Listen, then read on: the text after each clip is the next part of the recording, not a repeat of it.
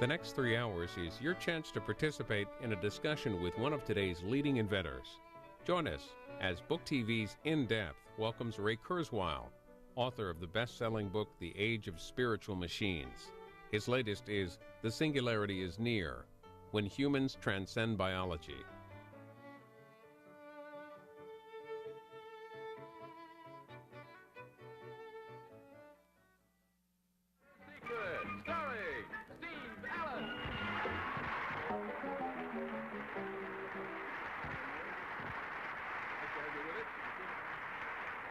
First of all, would you tell the folks your name and the size of the curtain that's moving in? Oh, I'm sorry. Your name, please. My name is Raymond Kurzweil, and I'm from Queens, New York. Queens, New York.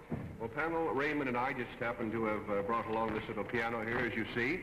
And Raymond, in addition, also happens to have, as the old saying goes, happens to have a piece of music with him. And before we show the audience what his secret is, we have just a few seconds for Raymond to play this piece of music. Raymond, the piano's all yours. Thank you.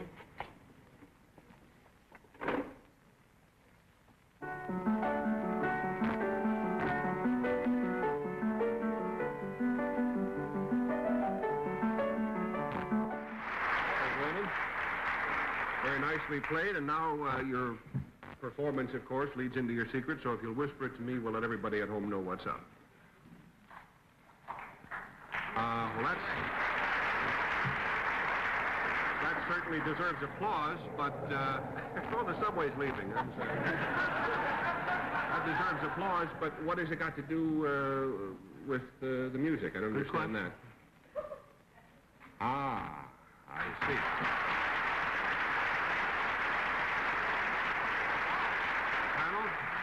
Raymond's secret concerns something that he did, and we'll start the game this time with Bess Myerson. Raymond, that's a very unlikely sounding piece of music. Am I being supercritical? No? Did you compose it? No, I didn't. Oh. Did you, however, were there some kind of formulas or letters or something unusual used to compose, to make up the notes of this piece? You could say that, I guess.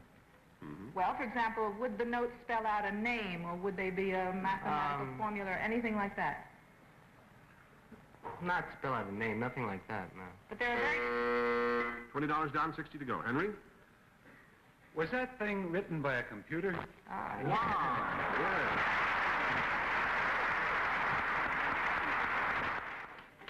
Yeah. Is it writing music at this moment? Right now it's writing a tune. Writing a tune. I have a feeling that as a non-scientist, I'm not going to understand this too well, but perhaps you can explain how it works. First of all, I want the folks to see sort of some of this. This nest of spaghetti-like wire here is united to a bunch of little watts. What are these black things over here, Raymond? Well, those are relays, and that's what does the trick. That's what writes the music. I see. The relays write the music. They feed it into this white cheese box here, whatever that is. And there are three little... Are these wires or just pieces of string? Pieces of string or wires. I mean, does a message go through there, or are they just pull the thing? No, that's just recording what the computer says. I see. And then the typewriter does the final part of the process. Ray Kurzweil, what were you thinking as you were watching that? I haven't seen that for a while. I looked pretty relaxed there at age 17. So. What made you want to create a computer that could write music? That was actually my first pattern recognition project. I mean, that's been my field of interest. I've been fascinated with how the human brain is able to recognize patterns, and we actually realize now that that is the heart of human intelligence. I mean, that is what humans are good at. That's where we still excel in comparison to machines, and that we can recognize patterns, only certain type of patterns. But machines are getting better, and I've been studying that field and trying to teach computers to recognize patterns. And that, I think, is really the heart of human intelligence. When we figure that out, we'll be able to create machines that have the full range of human intelligence. And why is it important to have machines do that? Because it's an expansion of our own intelligence. I mean, we already expand our own intelligence with our machines. And we routinely do intellectual feats that would be impossible without our computers, whether it's math or science. In fact, few professionals could do their jobs today without our machines.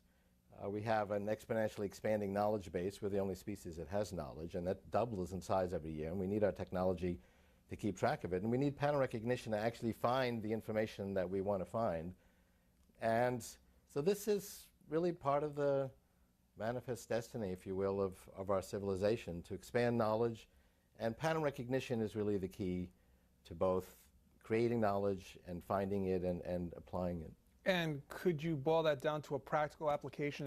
If a computer does and is able to do that, what could computers do with that kind of information and knowledge? Well, one thing that I've found exciting, what's exciting for an inventor is not just an abstract theory, but that sort of leap from formulas on a blackboard to actually changing people's lives. And for people that have sensory disabilities, for example, blindness, and I've worked in that field for 30 years, we can use pattern recognition to overcome those problems. So actually the first major project I worked on was a print-to-speech reading machine for the blind. Worked with the National Federation of the Blind on that, the nation's leading organization of blind people, and created a machine that could read printed books out loud to people by recognizing the print in any type style. Character recognition at that time was not really intelligent. It would just match pixel for pixel. It was called template matching. And so print had to be in one type style, and it had to be perfectly printed. So it couldn't read ordinary books and magazines and newspapers. So my team and I created the first omni-font, any type font, character recognition, and we created a print-to-speech reading machine for the blind. And I've stayed involved with that field for 30 years. We just introduced a pocket-sized reading machine, the Kurzweil National Federation of the Blind Readers. So a blind person can stick it out of their pocket and read print as they go through the day. Sign on a wall, back of a cereal box, ATM display, menu in a restaurant, handout at a meeting, and really overcomes the principal handicap associated with visual impairment. What are today's computers able to do as far as your ideas for how they can accommodate that technology, and what do the future of computers hold as far as what they'll be able to do? Well, a lot of people ask whatever happened to artificial intelligence, and kind of reminds me people who go in the rainforest and say, where are all the species that are supposed to be here? When there's 50 species of ants within 10 yards of them. AI, artificial intelligence, machines doing tasks that used to require human intelligence is deeply integrated into our infrastructure. I mean, every time you send an email or connect a cell phone call, or you buy a product that was designed with computer-designed software that's intelligent, just-in-time inventory levels are controlled by intelligent algorithms, manufactured in robotic factories, intelligent algorithms fly and land airplanes, guide intelligent weapon systems, make billions of dollars of financial decisions, and I could give you a long list. So our whole economic infrastructure is amplified. We are far more productive, and in fact, far wealthier because of this type of intelligent technology. And these were actually research projects 15 years ago. And the thrust of my books is that we will actually achieve the full range of human intelligence, both because computers are growing exponentially in capability. They're doubling every year for the same price. That's multiplying by 1 billion in 30 years. It's actually 25 years to be exact. And if you imagine how influential they are already, imagine multiplying their capability by 1 billion in the next quarter century, you get some idea of what will be feasible. And the software is also improving. One of the sources of that is to actually figure out how the human brain works, and we're making exponential progress in that. The spatial resolution of brain scanning is doubling every year. The amount of data we're collecting on the brain is doubling every year. The latest generation of brain scanners can actually see now for the first time individual interneural connections. We can see our brain create our thoughts. We can actually see our thoughts create our brain because we actually create new brain matter as we think about things. And we're also showing that we can turn this information into working models and simulations of brain regions. There's already 20 regions of the brain out of several hundred that exist that we have actually modeled and simulated in computers, and then we can apply sophisticated tests to the simulation and get similar results as applying those same tests to human capability. Includes the cerebellum, where we do our skill formation. It's an important region, comprises more than half the neurons in the brain. And I make the case in my latest book, Singularity is Near. In fact, chapter 4 is devoted to this. That within 20 years, we will actually have models and simulations of all several hundred regions of the brain, including the cerebral cortex, where we do our abstract reasoning, and there's already a simulation of that being developed by IBM. And we will have then the tool, we'll have the secrets of human intelligence. We'll have more insight into ourselves, And the toolkit that we use in artificial intelligence to create intelligent machines will be greatly expanded to incorporate the methods that our own brains use. And then machines will operate at human levels, but it won't be an alien invasion of intelligent machines to compete with us. I mean, it really is amplifying our own civilization, and we're going to literally enhance our own intellectual capabilities by ultimately merging with this technology. And that's what you mean by the term singularity? Well, this leads up to the singularity. I mean, we can talk more about how we get there, but a really key threshold is achieving human levels of intelligence, the full range, particularly our powers of pattern recognition, which, as I said, is the core of human intelligence, in a machine. And I've been consistent for decades now that 2029 we will achieve that threshold. But that won't automatically profoundly transform human civilization. We already have human intelligence. We've got billions of people walking around with human intelligence. But the biological intelligence of our civilization is fixed. We have 10 to the 26th power calculations per second in all of the 6-7 billion humans on this planet. That's not going to grow. 50 years from now, it'll still be 10 to the 26th power. Non-biological intelligence is multiplying by 1,000 every decade, and even that speed is speeding up. So non-biological intelligence will ultimately exceed biological intelligence. We will merge with this technology, and I can describe how that will happen. But if you go out to the 2040s, the non-biological portion of the intelligence of our civilization will be about 1 billion times greater than the biological portion. Now that's a profound transformation. And we use the metaphor borrowed from physics of a singularity, really referring to the event horizon. In physics, there's an event horizon around a singularity, around a black hole. It's very hard to see past it because the gravity inside the event horizon keeps all the information in. There's some quantum ways that you can get the information out, but basically it's hard to see past the event horizon. But we can use our intellect to talk about what life would be like past the event horizon.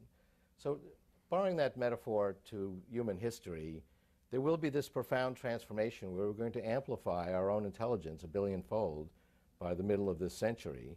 And it's hard to see past that event horizon because it's so transformative. On the other hand, we can use our intellect, such as it is, to talk about what life will be like in 2045, 2050, and that's what I try to do in my book. It basically refers to a profound transformation as we multiply our own intelligence through this exponentially growing non-biological intelligence that we're creating. Why not leave human intelligence as it is and let it progress as it should on its own? Well, there's a few reasons. I mean, I'll mention two. I mean, one is we have a lot of suffering in the world that we want to overcome. And technology's already greatly amplified our ability to solve problems. Human life expectancy was 25 post-infant mortality 1,000 years ago. It was 37 in 1800. I mean, Schubert and Mozart died in the 30s. That was pretty tragic, but that was typical. There was no sanitation, no antibiotics. Life was short, brutish, disaster-prone, disease-filled, poverty-filled. I mean, Thomas Hobbes described it quite well. And we've come a long way because of technology, and we're now going to be reprogramming the information processes underlying biology. Biology basically is a set of information processes, but we didn't have the genome until 3 years ago. But we're now actually gaining the means to reprogram our biology. We can turn genes off with RNA interference. The discoverers of that just got the Nobel Prize a couple of weeks ago. We can add new genes with gene therapy. We can turn on and off enzymes. We can reprogram biology.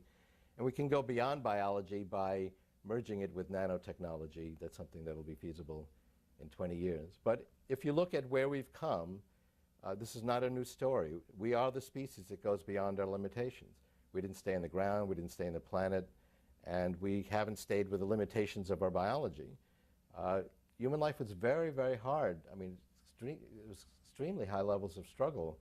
Just 100 years ago, human life expectancy was 45 in 1900. When Social Security was put in place in the 30s, 65 was considered quite old. I mean, I'm pushing 60, and I don't consider, I mean, I can collect Social Security in a few years. I don't really, I mean, I feel that the nature of aging has changed. But there's still a lot of suffering. I mean, you don't have to look far to find people who let's say, got a diagnosis of cancer or are struggling with some other disease or profound problem of one kind or another, poverty. We're making progress because of technology. The World Bank reported that poverty in Asia, it's been cut by half over the last decade because of information technology, but we still have a long way to go. And only technology really has the scale to really solve the problems that we're facing. And we can talk later, for example, I believe we will solve the energy and global warming problem within about 20 years using nanotechnology. And there's really no other way to do it. So these technologies enable us to solve problems and overcome suffering. And basically, I see that as the grand goal, purpose of human civilization, to go beyond our limitations and fundamentally to expand human knowledge. No other species has knowledge, and our knowledge base is literally doubling every year with this, 50 different ways to measure it, but no matter how you measure it, we find the doubling time is 11 months, 12 months, 13 months, depending on what you're measuring. And we need our technology just to hold it and keep track of it and search through it, and we're going to need more intelligent search engines to really find it, knowledge based on concepts and so on.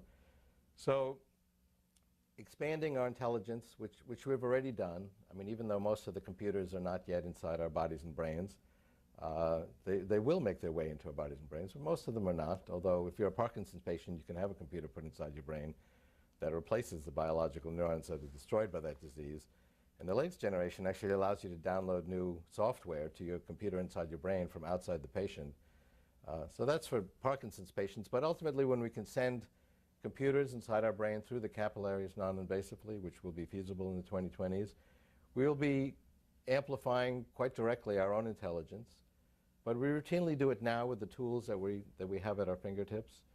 I mean, just take how quickly you find knowledge about a professor or some product that you hear about with search engines. And think back 5 years ago, people didn't use search engines. Now that sounds like ancient history. I mean, imagine life without search engines. But that was 5 years ago.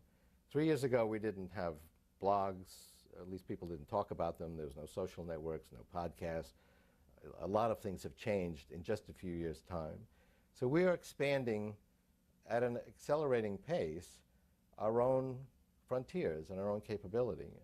And fundamentally, we need to get smarter by amplifying our intelligence with this mental amplifier, which is our technology, in order to continue this grand quest to expand human knowledge. And I define knowledge quite broadly to include music, art, as well as science, technology, and so on. Our guest is going to be with us for the next 2 hours and 45 minutes. If you want to ask him your questions about his writings or his thoughts on the future of technology, here are the numbers. For those of you in the Eastern and Central time zones, it is 202-737-0001. And for those of you who live in the Mountain and Pacific time zones, 202-737-0002. You can also email your thoughts to him. That email, booktv@c-span.org. Essentially, man and machine will become one in the future? Well, let me describe how that will happen. We're going to send blood cell-sized devices inside our bloodstream, inside our bodies, and also inside our brains through the capillaries to do two things. One, to keep us healthier, to reverse atherosclerosis, destroy pathogens, remove debris, correct DNA errors.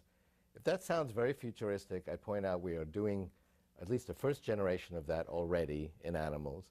One scientist cured type 1 diabetes with a blood cell-sized device that lets insulin out in a controlled fashion. Scientists at MIT have a blood cell-sized device that actually destroys cancer cells by detecting the antigens on their surface, burrowing inside, releasing toxins, and destroying the cell. I mean, this is today. And take this billion-fold magnification or expansion that I talked about in a quarter century of the capabilities of information technology, computers and communication, and apply that to what we can already do. And in 25 years, we'll have these nanobots, blood cell-sized devices, will be very sophisticated. They'll be capable of keeping us healthy from inside and also interacting directly with our biological neurons. We've already shown that that's feasible. And expanding human intelligence. How small are nanobots? Well, blood cell size. Nano refers to a billionth of a meter, but that means the key features are measured in some modest number of nanometers. A nanometer is the width of 5 carbon atoms, but it doesn't mean that the nanobot is 1 that the nanobot is 1 nanometer, it means that the features are measured in a modest number, 5, 10, 20 nanometers. The whole device is actually microns, millionths of a meter, which is the size of a blood cell. And a blood cell is basically a nano robot, and it can be quite sophisticated. A white blood cell is actually intelligent, can detect friend from foe and devise strategies to destroy it. But there's one actually there's a couple of deficiencies, but there's one significant deficiency of our white blood cells. I've actually watched my own white blood cells in a microscope. They're very slow. Biology is actually quite sluggish. It took my white blood cell an hour and a half to destroy this bacteria on a slide. And I think it was operating at full speed. Ultimately, these nanorobots will be able to do that in seconds. They won't be subject to autoimmune disorders. They can download software from the internet to combat specific pathogens.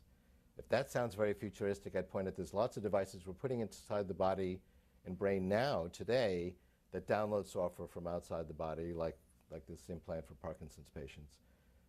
So as these devices get smaller, according to my models, we're shrinking technology at an exponential rate, a rate of 100 per 3D volume per decade. So in 25 years, these devices will be 100,000 times smaller in terms of key features, and they'll be 1 billion times more capable, and they're already pretty impressive. If that plays out, where does human end and machine begin, and how, I guess, is there a moral question when you combine those two? Not in my mind. I mean, we're the species that goes beyond our limitations. And so expanding our horizons with our tools is really what human civilization is all about. I mean, we have a cerebral cortex that can do abstract reasoning, so we can look at that stone and say, hey, you know, I could combine that stone with that stick and create a tool that extends my leverage. We have an opposable appendage that actually works. Other chimpanzees' hands look similar, but it's actually not very well designed. They don't have a power grip. They don't have fine motor coordination. They just aren't quite at that level to create technology. And they use tools, but the tools never evolve. So we've been able to actually create tools and technology, and then we always use the latest technology to create the next. That's why the process accelerates. And that has been its own evolutionary process. And that has enabled us to expand our horizons. Now, if you ask a Parkinson's patient whether that neural implant is part of him or her, you know, maybe different people would answer differently, but it's very much actually part of their sense of identity. Because they used to be able to do things, then they had the disease, and they developed certain disabilities, and then this implant, when it's successful, which it often is, allows them again to do what they used to do. They're delighted to consider that part of themselves. If machines, as you say, will become more human in their reasoning, is it going to change our relationship that we have to computers and machines right now? They're typically impersonal things that sit in our desk. Is that going to change? Absolutely. I mean, machines, and that's a grand trend that's underway. I mean, machines used to be very remote. I mean, you couldn't deal with them at all unless you were a technician. And you know, when I went to MIT in 1965, there was one big computer in an air-conditioned room, and you couldn't get close to it. And you had to be pretty much of an expert to have any interaction with it. And then we had the personal computing revolution. And now these devices are family friendly. They're in our pockets, carry them under our arms. They're really extensions of ourselves. Search engines really enable us to find information quite easily. The next revolution is going to be a certain amount of natural language understanding. These machines will be able to deal with normal conversation, not at human levels, but enough to actually find information and do routine transactions. So they're getting friendlier and friendlier. So they're moving more towards us rather than us having to move towards a classical concept of what a machine is, which is kind of a 19th century concept of something that's not very warm and fuzzy. But machines are getting more complex. I mean, we have trillions of moving parts in a human being, and a 19th century machine had maybe hundreds of thousands of parts. Now they have billions of parts, still not at human levels, but they're moving in that direction because of this exponential expansion. And it's worth making another point, which is people say you can't predict the future.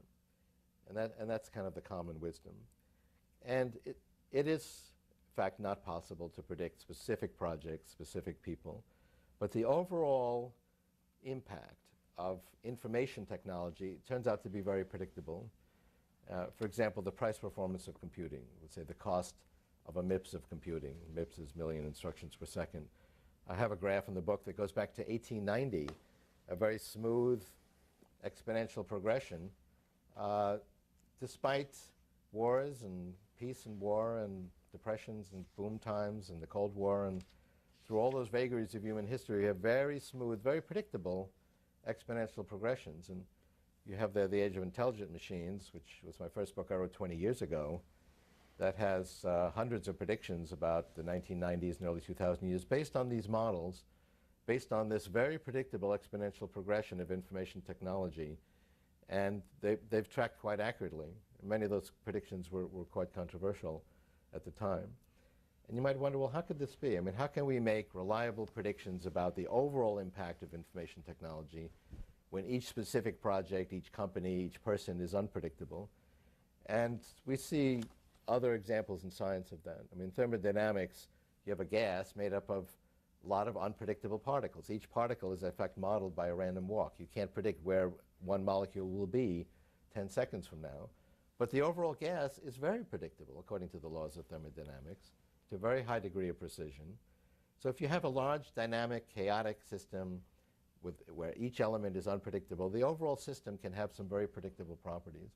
And that's really and technology evolution is just such a dynamic system where we can make these reliable predictions, despite the fact that every specific project and every specific individual is unpredictable. And that's really the basis of the predictions I've made. And I've been using these models for 3 decades.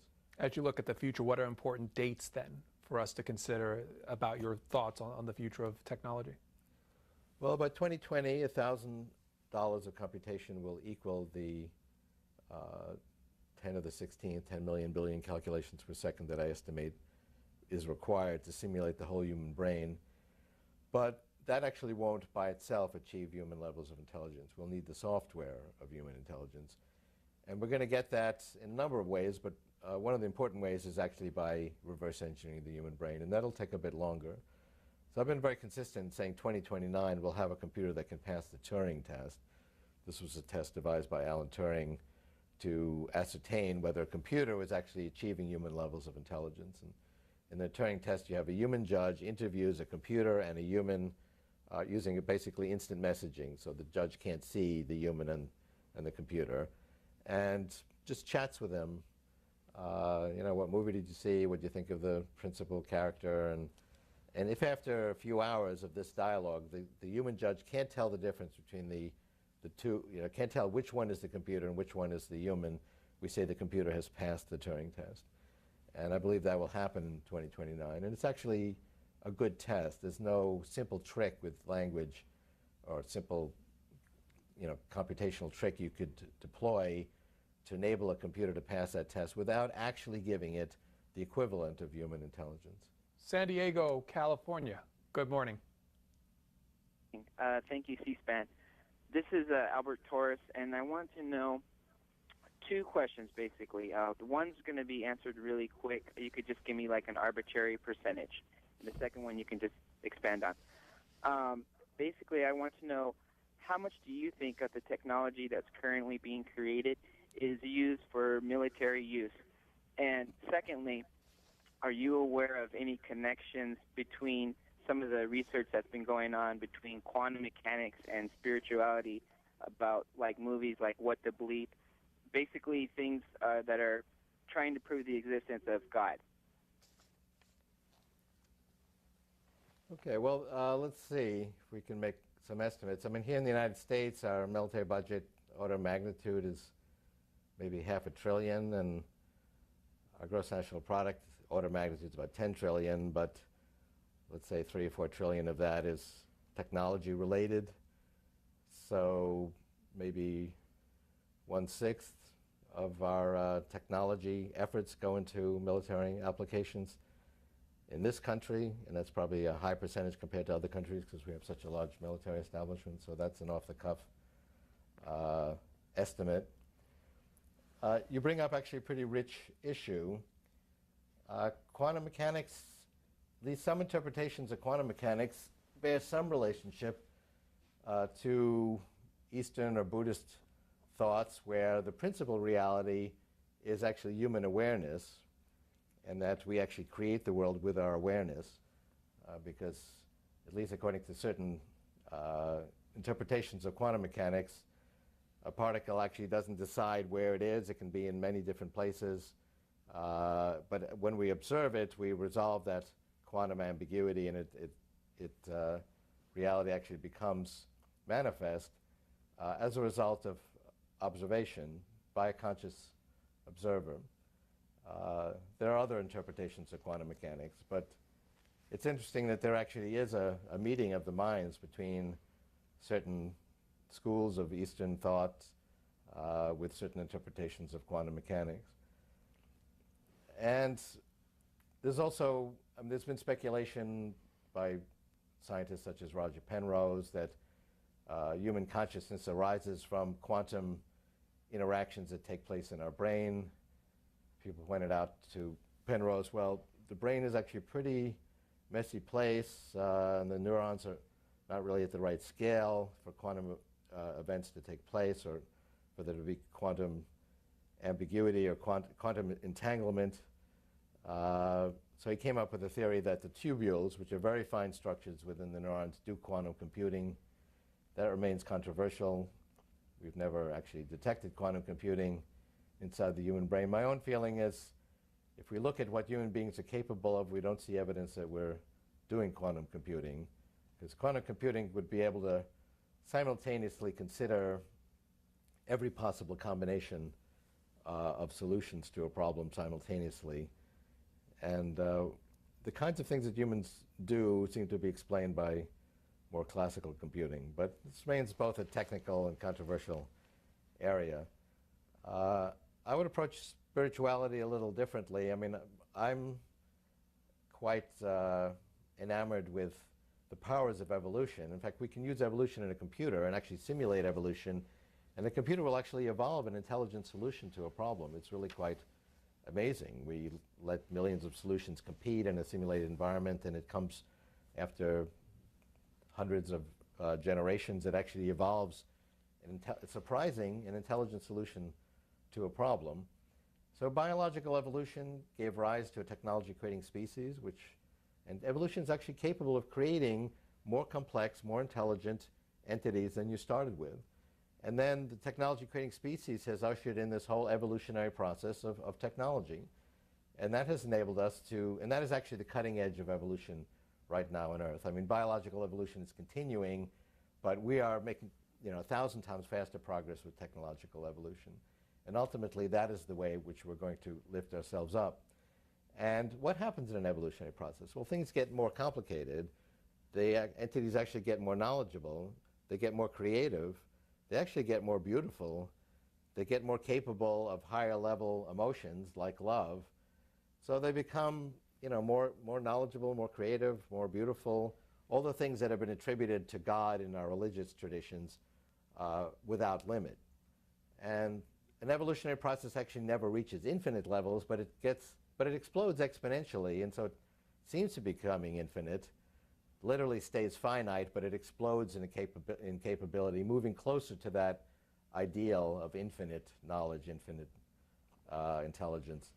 So you could say that evolution is a spiritual process, and I believe that's the case. I mean, you asked before what is the purpose of all this, and I really see it as a spiritual process to expand knowledge, but knowledge is not just information, it's not just dry fact. Knowledge is expressions of a loving sentiment, art, music, science, the grand expressions of human civilization, and that is a spiritual quest, in my view.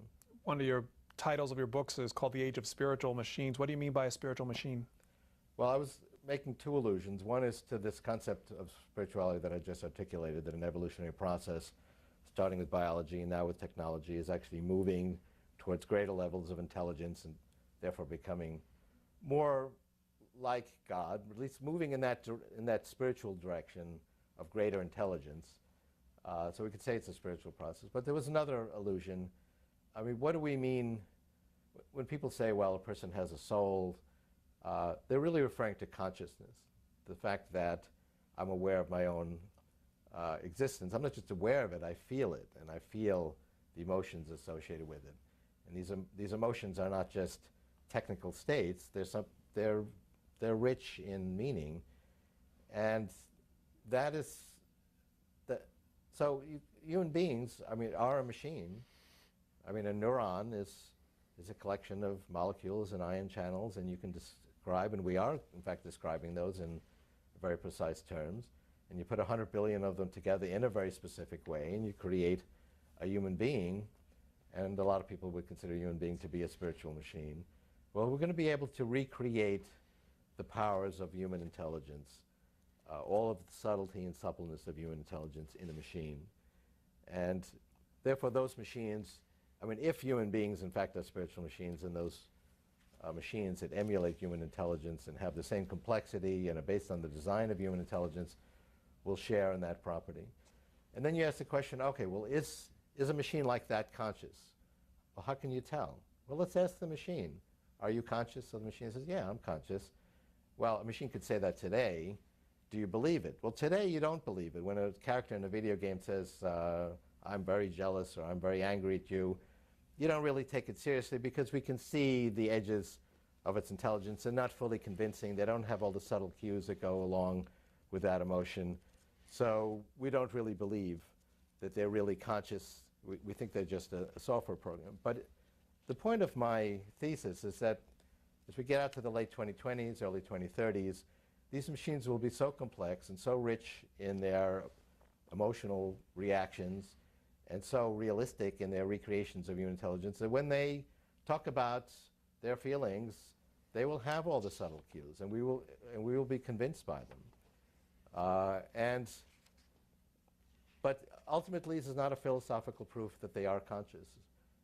Consciousness is a synonym for subjectivity, and science is really objectivity and rational deductions from our objective observation.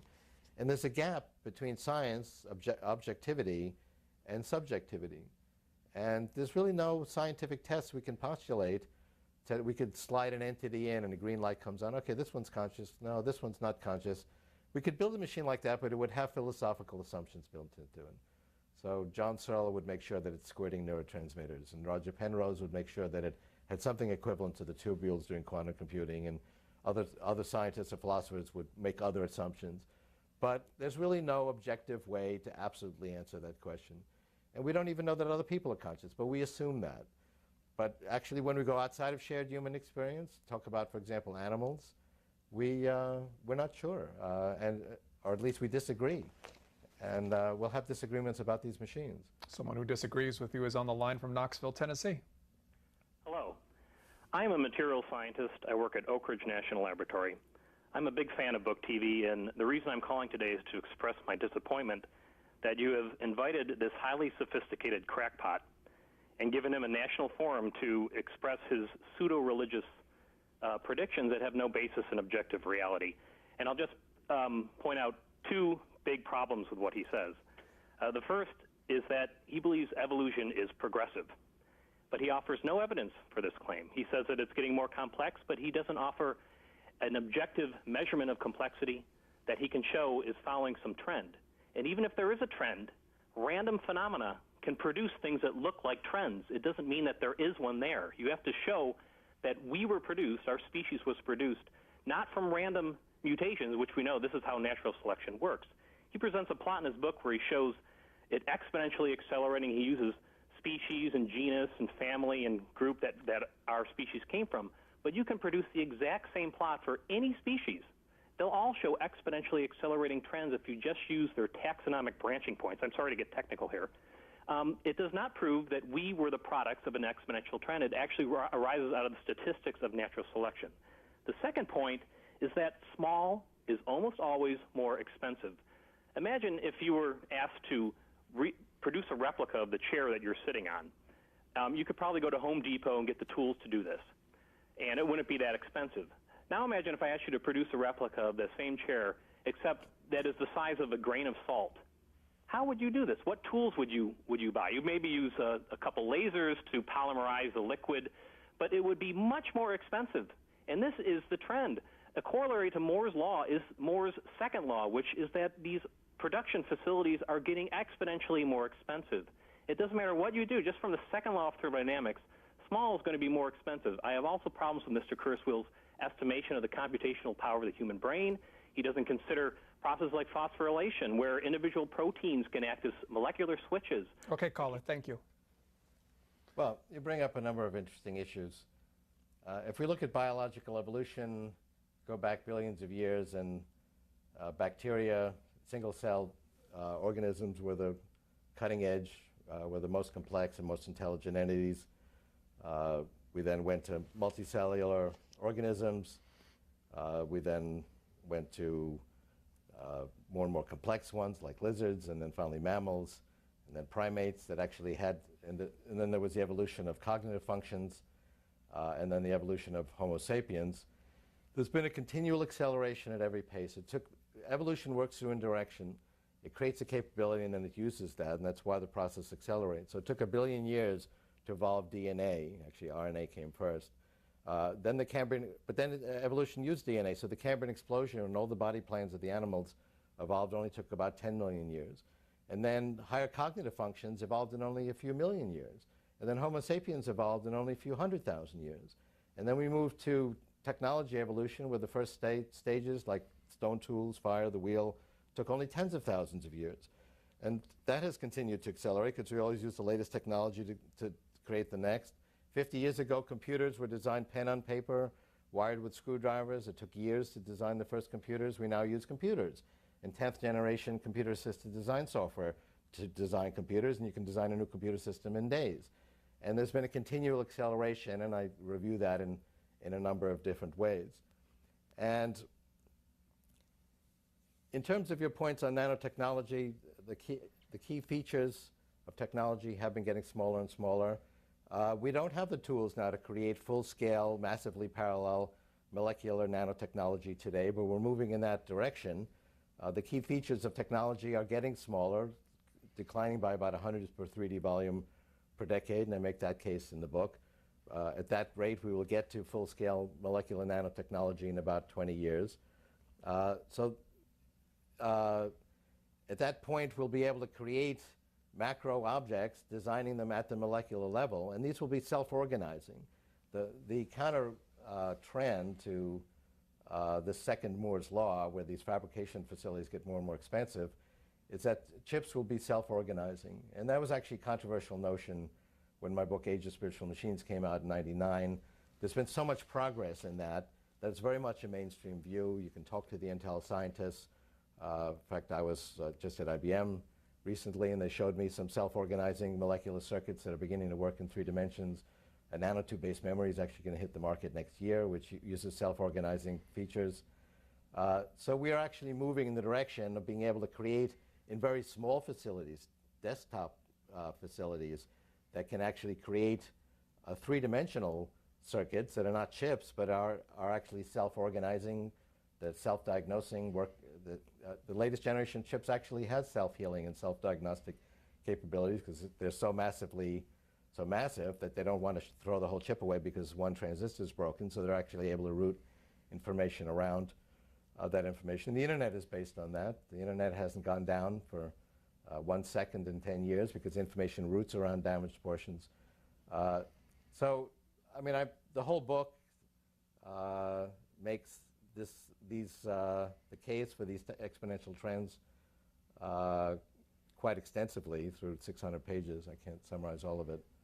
So going back to the concept of what he brought up of nanotechnology, is it fair to say it's a little robot? Is that what we're talking about when we talk about a nanobot or whatever? Nanotechnology is being able to design technology where the key features are a few nanometers, or at least less than 100 nanometers in scale. So electronics has already actually passed that threshold. Right now, the key features in chips are 65 nanometers. There's already chips working under 50 nanometers. If you look at the Intel's and the semiconductor industry's roadmap, by 2020, the chips will have 4 nanometer features. That's about 20 carbon atoms. So, and another key step is that we'll go from the second dimension into the third dimension. Chips today are flat. We live in a 3-dimensional world. We might as well use a third dimension. And that is going to, we will ultimately run out of speed or steam with Moore's law, shrinking the key features on a flat circuit, we'll need to go into the third dimension. That's going to be the next paradigm, actually the sixth paradigm in electronics.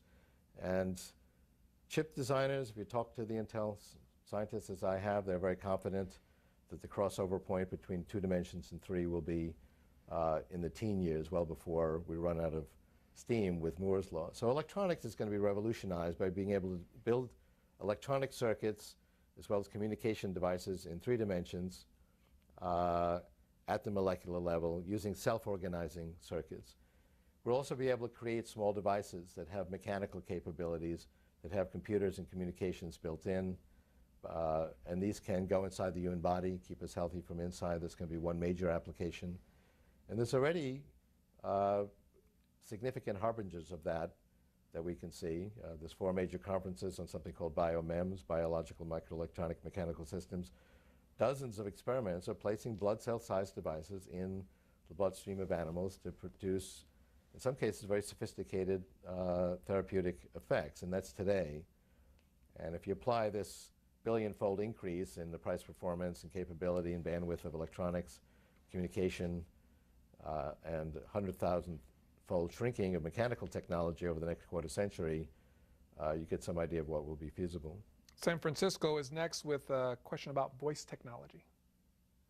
Hi, I have a question. I'm a retired court reporter, and I'm very interested in what the status is of verbatim real-time voice recognition technology, specifically translation into text that could be purchased by the consumer. And if you could address the legal and privacy issues that might restrict use of the technology, such as, recording conversations. For instance, in California, it's illegal without the consent of both parties. And the second part of my question is, will this technology, do you see it playing some role in transparency of government and politicians, perhaps on the internet, to provide the consumer and the citizenry a better line into what's going on with government? Thank you. Well, you bring up some interesting issues. In fact, speech recognition is widely used today for surveillance by intelligence agencies, because they do listen in one way or another to millions of conversations around the world. We don't have enough people to actually listen to them, so we use speech recognition. They use speech recognition to try to actually interpret what people are saying. And you'll run into speech recognition on the phone. There are millions of people that use speech recognition to create their written documents. I put together a prototype with my company in the 80s, created the first large vocabulary speech recognition. We took a contemporary version of that, combined it with speech synthesis and language translation to create a translating telephone. And actually, we have a demonstration of that, available for our viewers. One of my companies, we developed the first text-to-speech synthesis. That was the company that developed the first reading machine. This was in the 70s. And another company that I started developed the first large vocabulary speech recognition that was actually commercially marketed. And I put those two together with some contemporary language translation software and created a translating telephone. And I've actually used this to communicate with people in other countries. And this will be a routine service of your cell phone in a few years, early in the next decade. This is a demonstration, comma. Dies ist eine Demonstration. Of a prototype of a quote translating end quote telephone. Period. Von einem Prototyp eines übersetzenden Telefons. Within a few years, comma. Innerhalb einiger Jahre. We will be able to talk to anyone, comma. Wir werden fähig sein, zu jemandem zu reden. Regardless of their language. Period. Ohne Rücksicht auf ihre Sprache. The translations aren't perfect, but some of them are actually quite good. Human translators are better, but because human translators aren't always available. Now, for important UN discussions, they use human translators, but this would be a routine way to communicate around the world. Merci pour votre attention. Period. Thank you for your attention. And what year will that become commonplace, do you think? I think early in the next decade. This will be a routine service of your cell phone and communicators. Of course, we have language translation software already on the internet. It varies in quality. The better systems are actually quite good. I was out at Google and they showed me an English to Arabic and Arabic to English translator they had put together because they have these very large Rosetta Stone texts where they have the same text translated in English and in the other language, in this case Arabic. And they can use pattern recognition software to automatically find the translation rules. They didn't actually tell it how to translate it. They let the software find its own rules. And this system actually compared well to human translators, and nobody on the team that created it spoke a word of Arabic. So the system actually found its own rules. And so language translation is getting better. We have an email, and I don't have the email, but he says, what kind of technology do you use personally?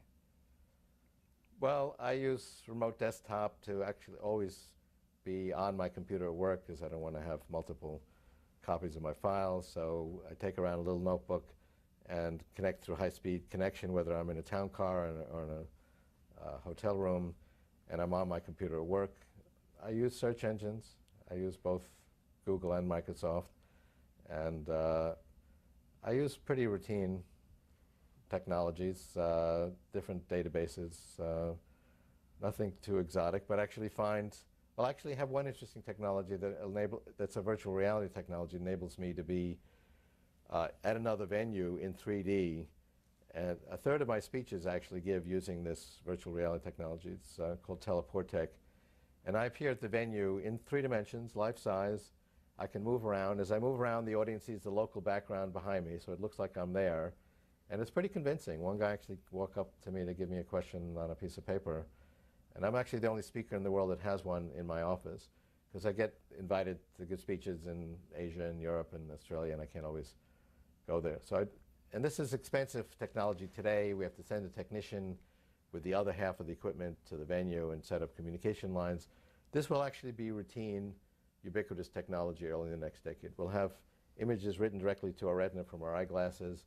They'll be able to create virtual reality environments, either overlaying real reality, so I'll have pop-up displays. When I see you, there'll be a little pop-up saying, reminding me it's your birthday next Tuesday, or reminding me what your name is, or reminding me where a building is that I'm looking for, or completely overtake the visual field of view and create a virtual reality environment so you and I could meet in a virtual Cancun beach, even if we're hundreds of miles apart, and we'll feel just like we're there.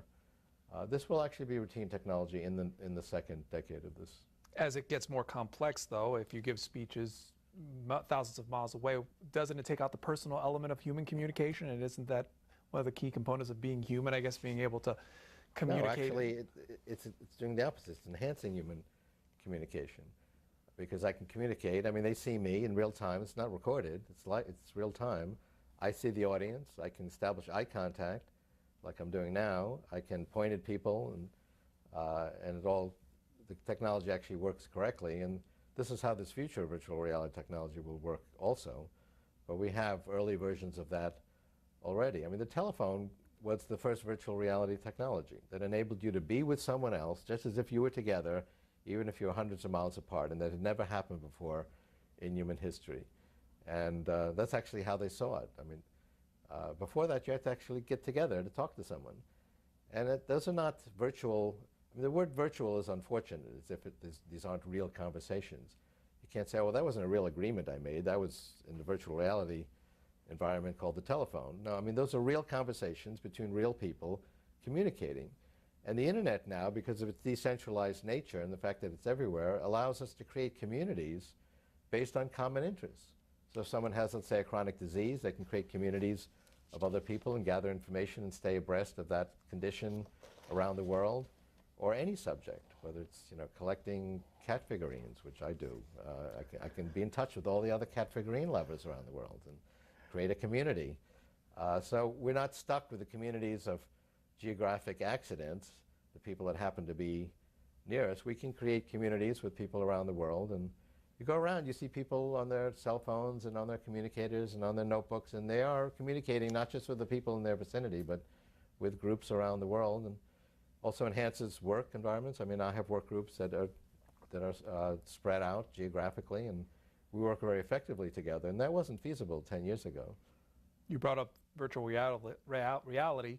With that in mind, who is Ramona? Well, this is a project that started a number of years ago. She's a female, she's my female alter ego. And I wanted to demonstrate at this conference called TED, Technology, Entertainment, Design, at the 2001 TED conference, a feature of virtual reality that you can be someone else. Because I mentioned that, you know, you and I could go into a virtual reality environment and take a walk on a virtual Cancun beach in virtual reality environments. And we'll have virtual bodies in these virtual reality environments, particularly when it's through the nervous system. When we have nanobots in our brains that can shut down the signals coming from our real senses, replace them with the signals that your brain would be receiving if you were in the virtual environment, then it'll feel like you're in that virtual environment. And design of new virtual environments will be a new art form. And as I go to move my hand, it'll move my virtual hand.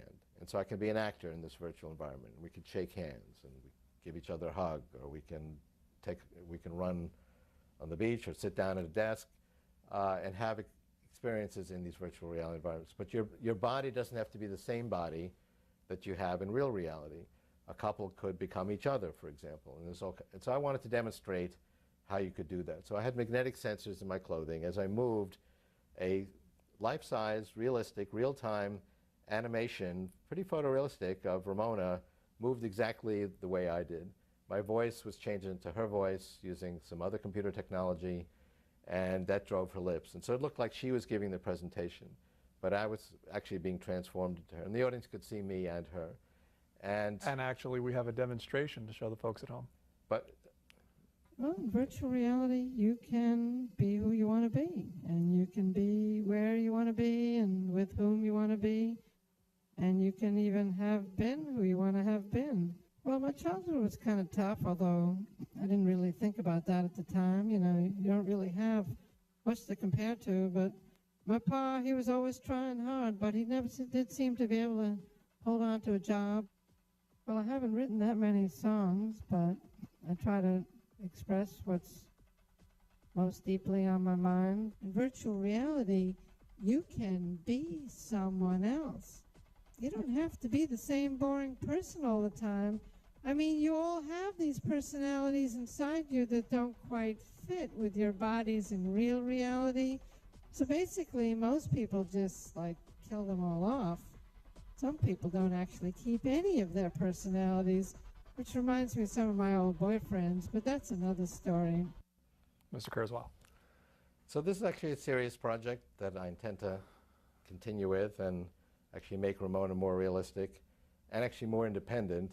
I have this bet with Mitch Caper that a computer will pass the Turing test by 2029, and I intend that to be Ramona, actually an independent version of Ramona, who would, because a computer that passes the Turing test is not some so dry, lifeless box. It'll have a personality and an appearance, and it'll be just like a human. And so this is actually a project that I intend to continue with to make Ramona more lifelike and more realistic over time. If you're interested in finding out more, a sample of Ramona is available on the website that is kurzweilai.net. If you want to go to that website and check it out for yourself. Terre Haute, Indiana, good morning, or good afternoon. Hi. First of all, Ray, I just want to say I'm a big fan of yours, and I really appreciate what you're doing. Thank you. I was curious. I know that your ideas have been met with a lot of skepticism from those in the scientific community as well as various scholars.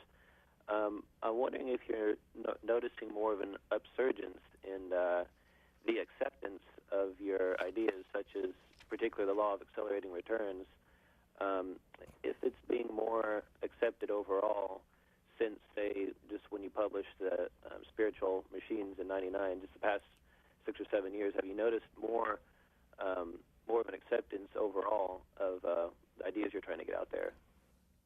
Yes, definitely. And I think the acceleration of the pace of paradigm shift is becoming quite noticeable. We now see dramatic changes in just a few years' time, and that wasn't so noticeable 10 years ago. And this exponential explosion of electronics and information technology is now apparent to the common person because we're all using these devices, from digital cameras to iPods to social networks. And people see how their capabilities change and today's limitations get overcome in a short period of time. And also the various predictions I made in Age of Spiritual Machines, which was 1999, have really tracked quite accurately in terms of the power of computation, the power of the internet, the power of communication technology, progress in making nanotechnology. And I've had the opportunity to share these ideas with leadership scientific communities. I was recently invited to give the keynote at the off-site meeting of the directors of the National Institutes of Health and the chief scientists, and we were able to talk for actually a couple hours about these kinds of ideas, and I would say they're very much on the same page because they're experiencing this exponential growth. For example, the first genome cost $1 billion. They're not talking about collecting 1 million genomes at $1,000 each. It cost $10 per base pair in 1990. It's a penny today. So I mean, they're experiencing this exponential progression in price performance and capacity and every other aspect of information technology. And it's not just electronics, it's every aspect of information, whether it's brain data or the resolution of brain scanners. Or the Genome Project was controversial in 1990. It was not a mainstream project. The mainstream skeptics said this isn't going to work. We collected 1/10,000th of the genome in 1989. And we doubled the amount of genetic data we've sequenced every year. That's continued past the end of the Genome Project. We're going to be able to collect everyone's genome. So, I mean, things that were unheard of just a few years ago are now becoming commonplace. When you say the law of accelerating returns, does that mean, in essence, that technology is getting smaller and cheaper and more efficient to operate? The law of accelerating returns deals with measurable attributes of information technology and basically says that the power of information technology, measured in many different ways, price performance, capacity, bandwidth, of information technology, not just in computers, but in all these different fields, it doubles every year. Now, depending on what you're measuring, the doubling time might be 12 months or 11 months or 13 months, but it's exponential. And people think in linear terms. They think that the current pace will just continue at the rate that it's going now. And they don't take into consideration this exponential explosion. Exponential growth is seductive, but when you start doubling big numbers, it becomes quite explosive. We have 2 hours with our guest, with more of your calls to talk with Ray Kurzweil. We're going to take a look at some of the technology that he employs in his lab. When he comes back, more of your calls and questions for him.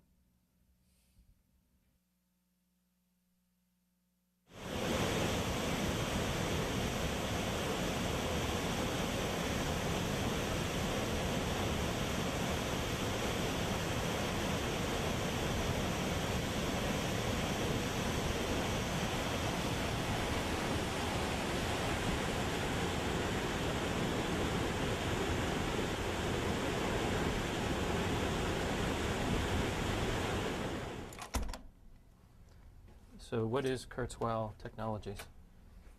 Well, my field is pattern recognition, teaching computers to recognize patterns. And that's actually, in my opinion, the bulk of human intelligence. That's what humans do well. But computers are mastering that as well. So my first project was character recognition, teaching a computer to recognize any type style. That was actually the first time that was done. And then I did large vocabulary speech recognition. And we've applied pattern recognition to other types of patterns, EKG, heart signals, financial data. We have a company that looks at that.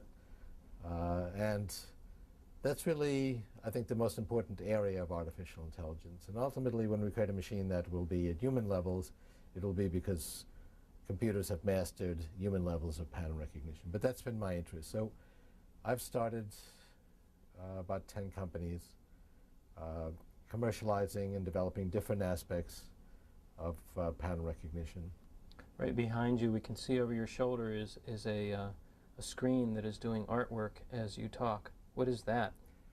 Well, that was actually created by another computer scientist, Harold Cohen, who's worked for 30 years on actually mastering at least one style of human art. He has thousands of rules about how to create a painting. And this is a technology we've sponsored. And you can download it at kurzweilcyberart.com for free. Every painting is different, and it's actually won awards in museums. But every 2 minutes, it's painting a different picture. In the corner, you have an Edison voice writer. Yes, well, Edison's actually a good model for what we're trying to do, because he was continually coming up with creative ideas, thinking about what technology could do in the future, and working on lots of different inventions, really to recreate sound and visual world using the technology at that time. He created the first motion picture and the first phonograph record. This is actually an early phonograph record where you could actually record and play both music, and it was also used for business correspondence. You could do dictation on it. And over here, there's something that looks like a human being but is not a human being. Well, it's sort of symbolic of what we ultimately are trying to do, which is to recreate human performance.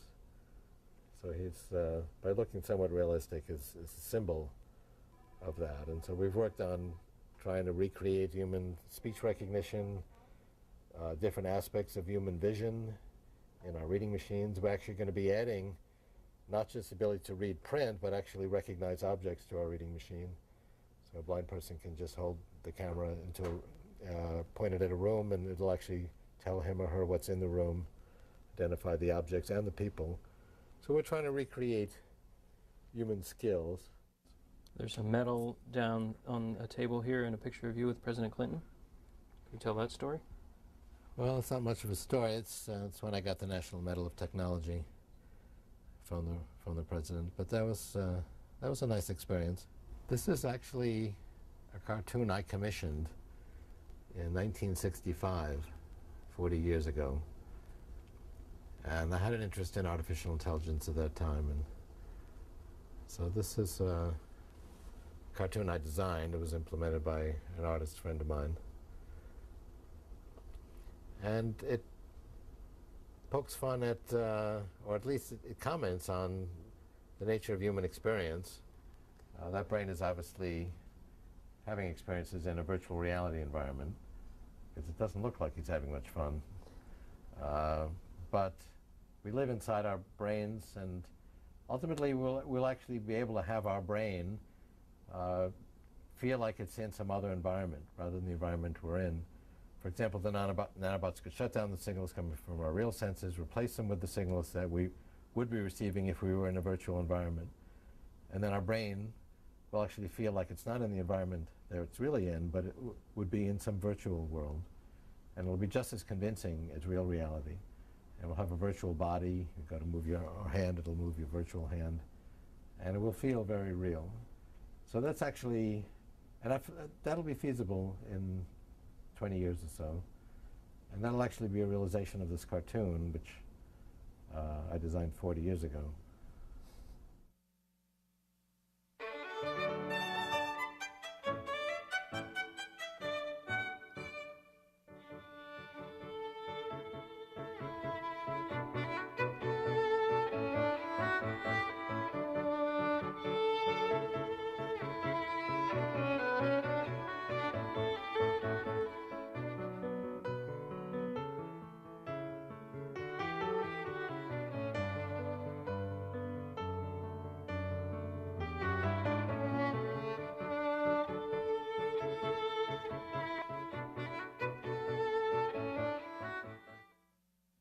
Ray Kurzweil, on those stills was listed your junior high and high school teachers.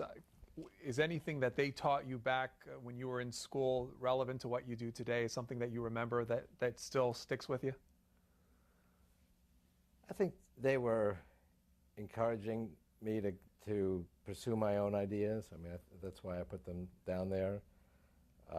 And they gave me the idea that I could they empowered me to just go off and spend most of my time doing my own projects, which I did on my spare time and while I was in school. I mean, under my textbook, which would be open, I'd be actually working on some project in junior high school and high school. My parents were very encouraging. My father was a musician, my mother is an artist, but they very much encouraged me to pursue my own ideas in computers. And I decided I would be an inventor when I was 5. And how did you know that? Well, that's a good question. Maybe a few more years of analysis will reveal that. I just had this fascination that you could put things together and create some kind of transcendence. I didn't have that word back then, but that you could create some kind of powerful effect. I started building a rocket ship, but actually quickly got into virtual reality. When I was 7 or 8, I created a mechanical virtual reality, a puppet theater, and I had this command station where I could control the world and move scenery in, bring the moon down, or bring a character on stage from this one command station. So that was kind of my first virtual reality project. But I had this conceit. I knew what I was going to be. Other kids were wondering, well, what should they be, a fireman or a nurse? And I said, well, I know what I'm going to be. And I never wavered in that confidence. And your parents were, once they knew, were they okay with that? They were more than okay. They were very enthusiastic, and there was this idea that science was important. It was just emerging back then, but this was actually before Kennedy's charge to the nation with science. But, and, you know, they were struggling artists, but they always provided me the resources to create my own inventions, which actually got to be somewhat expensive. In one of the openings of the books, you said that you were influenced by Tom Swift books. Who's Tom Swift?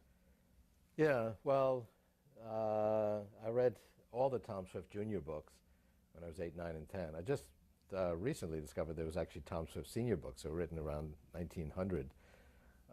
But the plots were always the same. Tom Swift would get into trouble, and usually the future of the human race hung in the balance also.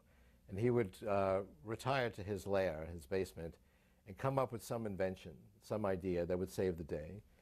And the moral was that no matter what kind of problem you face, there's an idea that can overcome it, and you can find that idea. And that was actually very much almost a religion in my household. I remember my grandfather coming back from Europe talking about how he had the opportunity to handle some documents by Leonardo da Vinci with his own hands, and he talked about it with reverence, that really the power of human ideas to change the world was very much a mantra in my family, and that has impressed me.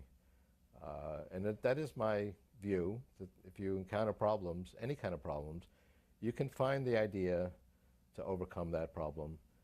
And that's really our mission here as part of the human civilization, to address the problems that we face and find the ideas to overcome them. And it's really, as I mentioned earlier, only technology that has the scale to overcome problems if we find the right set of ideas. We looked a little bit at your company during the break, but part of the history of your company includes the artist Stevie Wonder.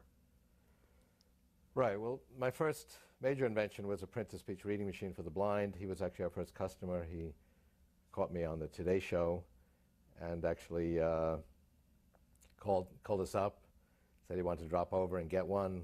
We were just finishing one up. So he came over, we spent the day showing him how to use it, and he left with it in his taxi. It was pretty big. It was almost as big as he was. But he was our first customer, and so I became friends with him. This was 1976, so this was 30 years ago. And in 1982, we had a conversation about the world of music. He was showing me around his new studio, Wonderland, and lamenting that there were these two disconnected worlds of musical instruments. There was the acoustic world with these beautiful sounds like piano and guitar and violin, but you couldn't control those sounds. In fact, most musicians couldn't even play them at all. And if you could play a violin, you could only play one note at a time, and so on. And then there was this electronic world where you could play polyphonically, and you could have the computer remember what you played and play it back and play another line over it, and you could modify the sounds. But the sounds you had to work with were very thin electrical sounding sounds back in '82. Wouldn't it be great if we could combine these powerful computer control methods with these beautiful sounds of choice of acoustic instruments. And so that was the goal of Kurzweil Music. I felt using pattern recognition, signal processing, that was feasible. And with Stevie Wonder as our musical advisor, we created Kurzweil Music. In '84, we introduced the Kurzweil 250, which has been recognized as the first electronic musical instrument that could realistically recreate the grand piano and other acoustic instruments, because we really modeled the ability of those instruments to create sounds. Cary, North Carolina. Hi. This is a great program. I'm very interested in the concept of calendar reform, and I wonder if Mr. Kurzweil has studied that. We use a very antiquated model of calendar. On the internet, there are many very good scientific proposals to replace it, and the Catholic Church has approved this innovation if it's ever passed by the world. What do you think? Well, we are actually stuck with a lot of antiquated ideas, like the layout of typewriter keys, the QWERTY keyboard. That was actually designed to prevent keys from interlocking because of the specific limitations of mechanical typewriters, not because it's an efficient way to type, and there's been lots of proposals to change that. These ideas gather momentum. I mean, that's why certain companies or technical standards continue, because people learn how to use them, and then it's very hard to change those things. So, what does he mean by calendar reform? I think he's talking about like January and February, that February has 28 days except when it doesn't, and is that what you mean? He's no longer with us. I assume that's what he means. So we have certain traditions for measuring things or for laying out information, like on a typewriter keyboard, that go back and are based on realities that are no longer with us, but we're stuck with those traditions, and it's very hard to change those traditions. But we have technology that can keep track of our calendar pretty well, and we're used to it, so I don't see it changing very quickly. Baltimore, Maryland, go ahead. Hi, Mr. Kurzweil. My name is Daryl Nazareth, and I'm a physicist doing research in radiation oncology. I'm a fan of yours, and I look at your website every day.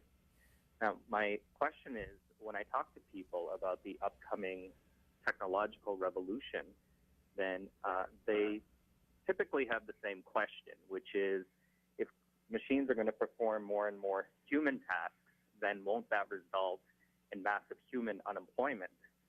So my thoughts are that as the need for human labor goes down, then the cost of living will also decrease, and therefore humans won't need to work as hard in order to maintain a high standard of living. So I'd like to know what your thoughts are on that. Well, suppose we were sitting here 100 years ago, let's say around 1900, and let's say I were a prescient futurist, and I told you, well, today 30% of the population work in factories and 30% work on farms. But I predict that within a century, around the year 2000, that figure will be 3% in factories and 3% on farms. And the casual observer would say, my God, it's going to lead to massive unemployment. And I probably wouldn't be able to say, well, don't worry, they'll get jobs as web designers and internet technicians, because we didn't understand those professions. In fact, most jobs today didn't exist. Those job categories didn't exist 100 years ago.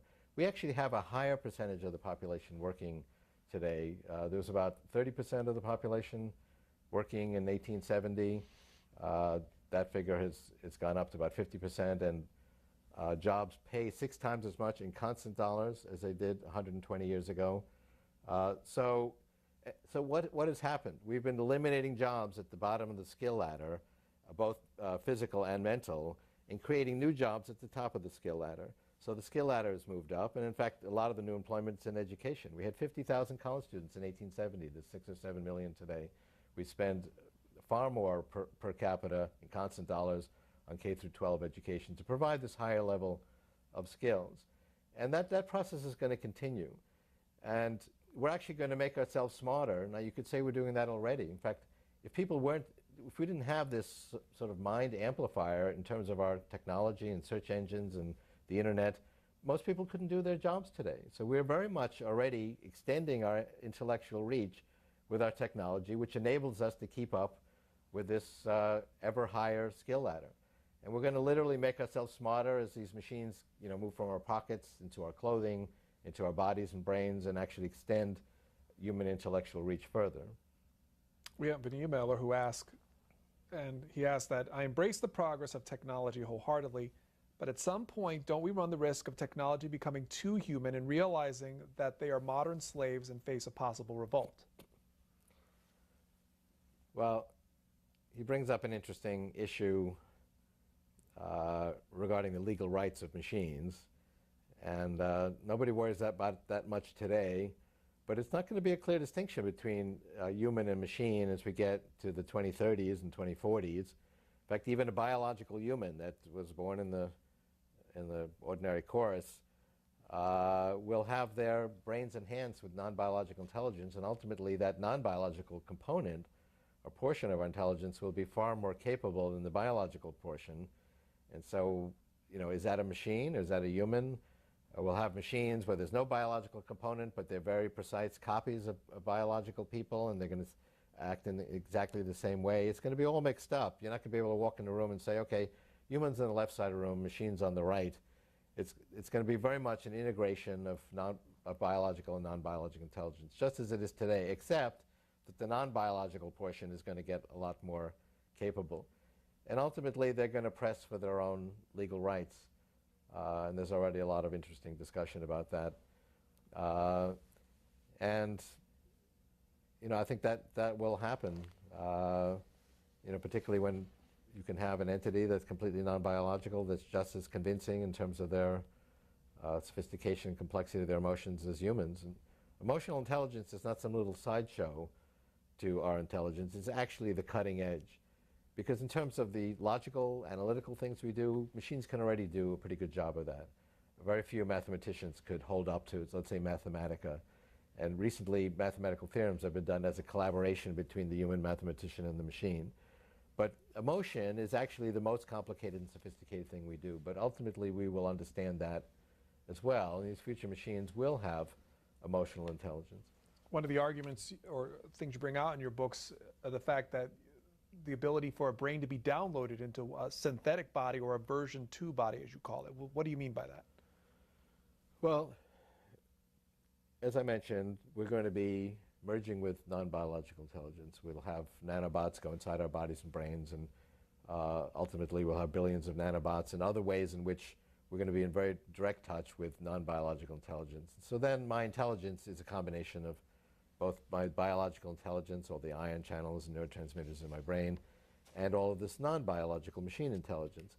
Now, the machine part of the intelligence we can clearly download the contents of that easily. We do that all the time with our machines. Machines can share their knowledge, their states at electronic speeds, which is actually 1 million times faster than human brains can share knowledge.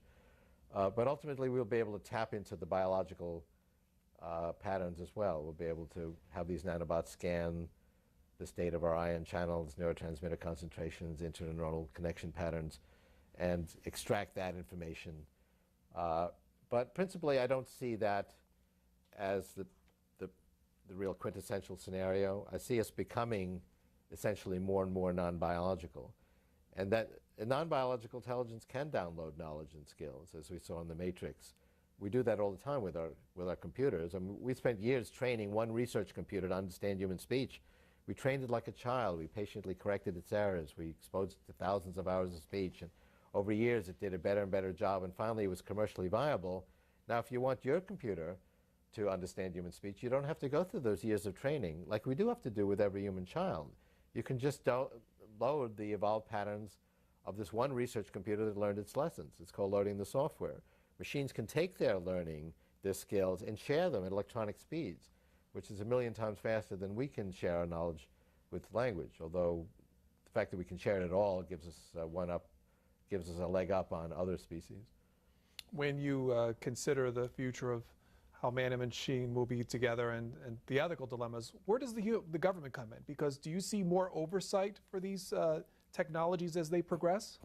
Well, it's a complex issue. Sometimes people say, well, look at the stem cell issue, and isn't the government going to stop progress in, for example, biotechnology? But we actually see that issues like that, and stem cells is a good example, are really just a stone in the river. The progress flows around it, and even within stem cells, there's very active stem cell research. I mean, I support stem cell research. I don't think we should have restrictions on it, but even with the restrictions, the real holy grail of stem cell therapies, which is be able to take my own skin cells and create a stem cell that's pluripotent, is making substantial progress. And it's certainly not slowing down work in biotechnology. But there is actually a role for government in containing the dangers of these technologies, because we haven't really touched on that yet. But these technologies is a double-edged sword. And you don't have to look very far to see that. In the 20th century, there were 180 million people killed in wars. Wars weren't necessarily created by technology, but certainly the destructive impact was exacerbated. And we see now we have this asymmetric warfare where an individual can be empowered to be destructive. And the quintessential threat we face right now is in biotechnology. Now, on the one hand, biotechnology is empowering us to reprogram biology to overcome disease like cancer and heart disease. And there's already in the pipeline very dramatic new tools, new drugs that really reprogram biology away from disease, positive things. But it could also empower a bioterrorist to reprogram a biological virus to be more deadly or more communicable or more stealthy. And the tools to do that and the knowledge to do that is pretty widespread. And so how do we deal with that? Well, some people say, well, let's just not go down this path. It's too dangerous. Let's relinquish the whole field. That's a bad idea for three reasons. Number one, it would deprive us of these profound benefits like overcoming suffering and eliminating disease and so on. Secondly, it would require a totalitarian government. I mean, that was the moral in Brave New World.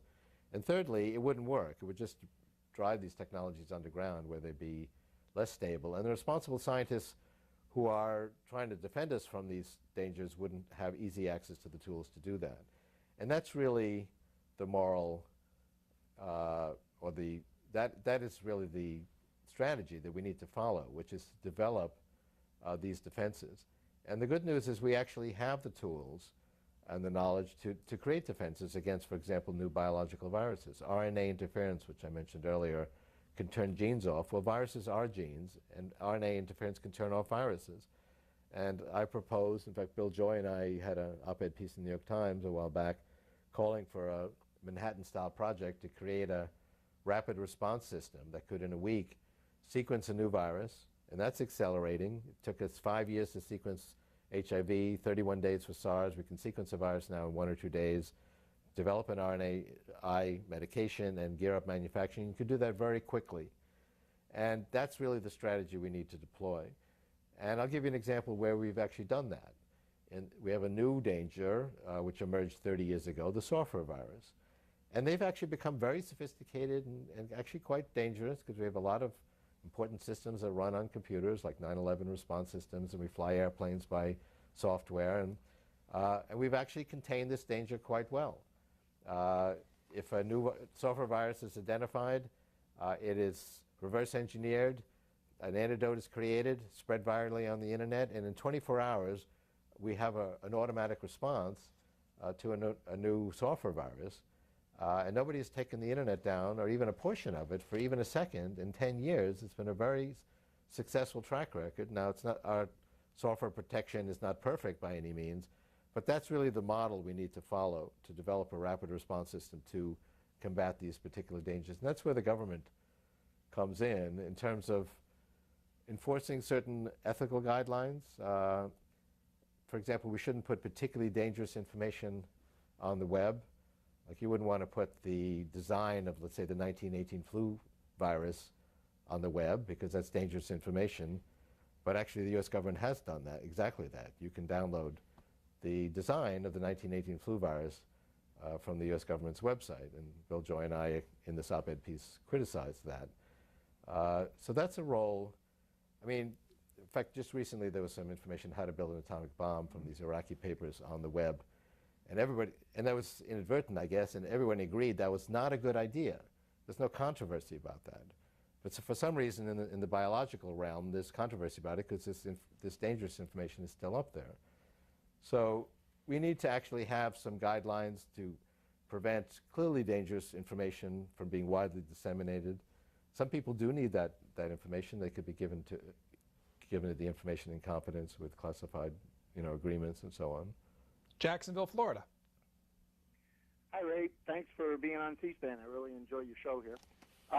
My question deals with technology and behavior. I would define physical as technological versus behavioral being emotional. Let me give you a quick example. All the cars here in Jacksonville seem to be equipped with turn signals, which are technological, yet only 1 in 3 people seem to use them, which to me is behavioral. They have the technology, but they don't behave with the technology. We pass laws, give them driving tests, pretty much do everything we do, and yet can't get people to behave with the technology. Now, you've had a good lead into my question here, speaking about destructive technology, which is to say technology is a two-edged sword, can be used for good or bad. My question for you is, when you've got 6 billion people on the planet, or 6.5 billion people on the planet, that already have this ability to do what these machines are going to be able to do that you're talking about, and yet all these people, or the vast majority of them, don't seem to be behaving as well with the technology that the boss Truth Almighty's already given them, kind of like 1 in 3 or 2 out of 3 drivers in Jacksonville not using their turn signal. Where do you see that this technology is going? I don't quite understand how this technology is going to be that boom to humanity when we already don't behave with the technology that we're given. Which, let me put it in these terms. It doesn't seem we're being faithful with the little bit that we're already being given, so why are we going to be any more faithful with even more developing it from a technological standpoint? Caller, thank you. Well, it's a good question, and actually to reinforce your question, I'll give you another example, which is people don't take advantage of all the health knowledge we have. There's actually a lot of knowledge we have already to dramatically reduce the likelihood of disease. You can reduce your likelihood of getting cancer or heart disease or diabetes by more than 90%. We can slow down the aging process. And many people, I'd say most people, don't take full advantage of this knowledge. Some people are health conscious, but even people who consider themselves health conscious don't take advantage of all the knowledge that is out there. The thrust, though, of the technology is to make this easier and actually overcome this tendency that you articulated quite well of humans not to take advantage of all the knowledge in their vicinity. I mean, we know that you shouldn't tailgate, but most people do that, and we should take care of ourselves, and a lot of people don't do that. These future technologies will take that into account. I mean, for example, in the case of cars, which you mentioned, there are collision avoidance systems that are going to actually take over the car if it senses that you're getting too close to another vehicle, and maybe not perfectly prevent accidents, but substantially reduce them, even if you're not doing all the things that you should do as a safe driver. Similarly, in health, while there's a lot that you should do to stay healthy, we're going to have drugs that actually turn off atherosclerosis. I mean, Pfizer's torcetrapib, which is going through the approval mechanism, turns off one enzyme that destroys HDL in the blood. By inhibiting that enzyme, HDL levels soar, and the phase 2 trial showed that this dramatically reduced atherosclerosis, and Pfizer's spending a record $1 billion on the phase 3 trials. That will actually, if it meets its promise, and if not that drug, there'll be many others, will actually compensate for bad behavior and keep people healthy and reverse atherosclerosis. So at least eventually we'll be able to actually do that, overcome cancer, even if people are not taking the steps to prevent cancer. So these technologies ultimately will step in to compensate for sort of, the inability of humans to, be perfect in their behavior. Our guest has also written a few books on dealing with health issues. This is the 10% Solution for a Healthy Life and Fantastic Voyage, the Science Behind Radical Life Extension. Why are you interested in this topic?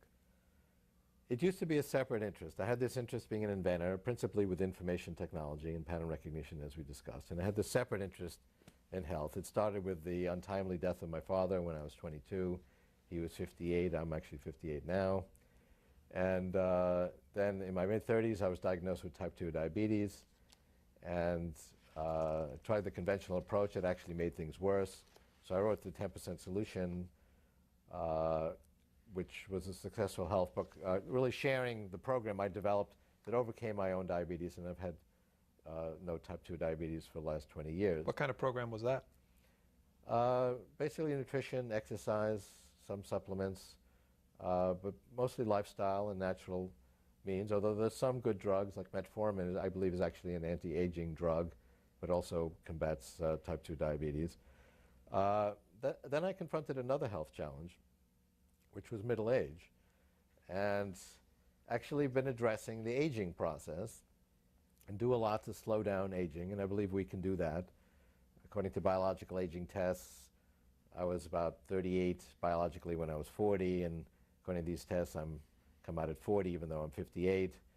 And these tests, there's controversy about them as to whether they're perfect. I think they're just, one piece of information. But in terms of the way I feel that I have slowed down the aging process. And there's really a lot of knowledge to do that. And this latest book, which came out 2 years ago, which I co-authored with Dr. Terry Grossman, a leading longevity expert in Denver, articulates 3 bridges to radical life extension. And it's really a wake-up call for baby boomers, because bridge 1 is what you can do right now to slow down the aging process and disease process, so that, and that by itself will not enable us to live hundreds of years. That will just keep us in good shape for another 10, 15, 20 years until we get to bridge 2. And bridge 2 is the full flowering of this biotechnology revolution we've been talking about, which is proceeding exponentially, because we're doubling the amount of genetic data we sequence each year and the amount of proteomic data, and all these different aspects of biology are progressing exponentially. And 15 years from now, it's going to be a very different world where we can really reprogram the information processes underlying biology. And they fundamentally are information processes, and we're getting the tools to reprogram our bodies just like we reprogram our computers. And that will bring us to the third revolution, say 25 years from now, the nanotechnology revolution, the nanobots we talked about earlier, which can go inside our bodies and keep us healthy from inside. I mentioned there's already very interesting experiments along those lines in animals, but 25 years from now, we'll have very powerful nanobots that can go inside our bodies and keep us healthy at the cellular level. So it's a bridge to a bridge to a bridge. And you can get on bridge 1 now and therefore be healthy and in good shape when bridge 2 comes around. That'll keep us to bridge 3. So even baby boomers, people in their 50s, 60s, and even 70s, and if you're really diligent, 80s, can stay in good shape for another 10 years, 15 years, when it's really will be a different world. That's why the subtitle is Live Long Enough to Live Forever. Now, I mentioned these have been 2 separate interests, and I got interested in this because of my own health challenges and having had the experience with my father, and realizing that as an inventor, I can find the ideas to overcome challenges, even if they're outside of my computer interest. But actually now, these 2 areas have merged. They're now the same field, because biology, medicine, health is undergoing a grand transformation from what used to not be an information technology. It was hit or miss. We just find something. Or here's something lowers blood pressure. We don't know why this works. To where biology and medicine is becoming an information technology, where we can actually understand it as information processes and reprogram those information processes. And the exciting thing about that is now that we can do that, we can actually, it's actually subject to this law of accelerating returns, this doubling of the power of these technologies every year. That didn't used to be the case before medicine was an information technology. But now that it is, it's subject to this inherent acceleration. San Francisco, California. We've had Sherwin Newland on this program, and when he talks about what you're talking about as far as extension of life and things, he was quoted as saying this. He says, people like Ray Kurzweil have forgotten they're acting on the basic biological fear of death and extinction, and it distorts their rational approach to the human condition. Are you afraid of death? I think we should be. I think death is a great tragedy, and I think that's a very common view. We really haven't had much we could do about death and aging up until recently. So the response of the human civilization has been to rationalize, oh, death, which is obviously a tragedy. It's a profound loss of knowledge and skill and personality and relationships and love and all kinds of things. Oh, that's really a good thing. That's really ennobling. in some abstract sense. Not that these people actually want to die. In fact, people don't want to die unless they're in some profound pain, is what we have found. But we've rationalized it as a good thing, and a lot of our philosophies and religions have been geared towards that. And in my view, what's ennobling of this, grand human project is expansion of knowledge, and not as dusty information, but as music and art and all the things that enrich our lives, relationships, and all of that is robbed by disease, by aging, by death, and we're gaining the tools to overcome that. It'll be a very different world. According to my models, in 15 years, we'll be adding more than a year every year to your remaining life expectancy, not just infant life expectancy. And so as you go forward, life expectancy will move on away from you. That's not a guarantee, but that does give us the ability then to live forever or live indefinitely. Because people say, well, these changes, how many more years will it provide us? Well, a particular change may add 5 years or 10 years, but then you go another 5, 10 years, and there's more changes that come. And you get to a point where there's a positive slope to the equation, and as you go forward in time, there's more progress that enables you to go even further. And I think that's a positive thing. I think death is a great robber of what's meaningful to us. But this philosophy that death is a noble thing and that death gives meaning to life and death is the purpose of life is a very deeply rooted philosophy that really had no choice but to adopt because we had no alternative. Do you think it's an underlying drive of what you do? The reason you created technology, the reason you think about the technology and the future of it and life extension? Well, life extension is one interest. I mean, I started this forecasting of technology trends for a practical reason, because I realized that timing was key to being successful as an inventor. And most inventions, or most inventors fail, not because they can't get the thing to work, but because the timing is wrong and the market isn't ready, that not all the enabling factors are in place when they need to be. And realizing that 30 years ago, I began as an engineer to collect a lot of data and build mathematical models, and I saw they were tracking quite accurately, and I developed this whole theory. And I'm not just saying this now looking backwards and overfitting to past data. I've been making these forward-looking predictions for a long time. And I use this actually to time my inventions, this pocket-sized reading machine for the blind. I had a conversation with the National Federation of the Blind 4 years ago and projected that this would be feasible in 4 years and would take 4 years to develop, and therefore we should get started back then, whereas other companies are starting now because they realize it's feasible. So anticipating where technology will be is important to being as successful as an inventor. But it does enable us to look out 10 years or 20 years and see what the world will be like. And what I see is actually quite attractive. We'll be able to greatly expand our appreciation and creation of knowledge and overcome profound problems. And it's a future I want to see. So that actually motivates me to want to stay in good shape to get there. So I'm not just interested in hanging on. I'm not just interested in radical life extension. I'm also interested in radical life expansion as we continue to expand our physical and mental capabilities by enhancing them with our creations. Before we leave this, about your program you talked about, I read about the number of supplements you take on a daily basis. How many are those? It's running right now about 250. And that's the current state of the technology. I mean, I'm really reprogramming my biochemistry, and I'm not flying without an instrument panel. I mean, I take 50, 60 different blood tests periodically to see, aside from just things like cholesterol and homocysteine and triglycerides, I mean, I measure a lot of different things and constantly adjusting the program. But, according to every possible way we can measure these things, I'm staying quite healthy and not aging significantly in all these different ways, hormone levels and nutrient levels and so on. But we have to be aggressive today to reprogram our biochemistry. This is the state of the art right now. I mean, we weren't evolved to live at our ages. I mean, human life expectancy was 25 1,000 years ago. It was not in the interest of the species for people to live past child rearing, and that meant like age 25. It was, as I mentioned, it was 37 in 1800. So we really need to reprogram our biochemistry to slow down and turn off these aging disease processes. And this is the way we can do it today. It's an individualized program. You see what your issues are and how aggressive you want to be and how many different types of body systems you want to enhance and keep at peak performance. And so I'm trying to do that for myself. It will get easier. 15 years from now, we really will have much more powerful drugs that can reprogram biology at a fundamental level. And so relatively easily, we'll be able to slow down these aging and disease processes. But Bridge 1, if you want to apply it aggressively, is not a one-trick pony. First, Ray Kurzweil, San Diego.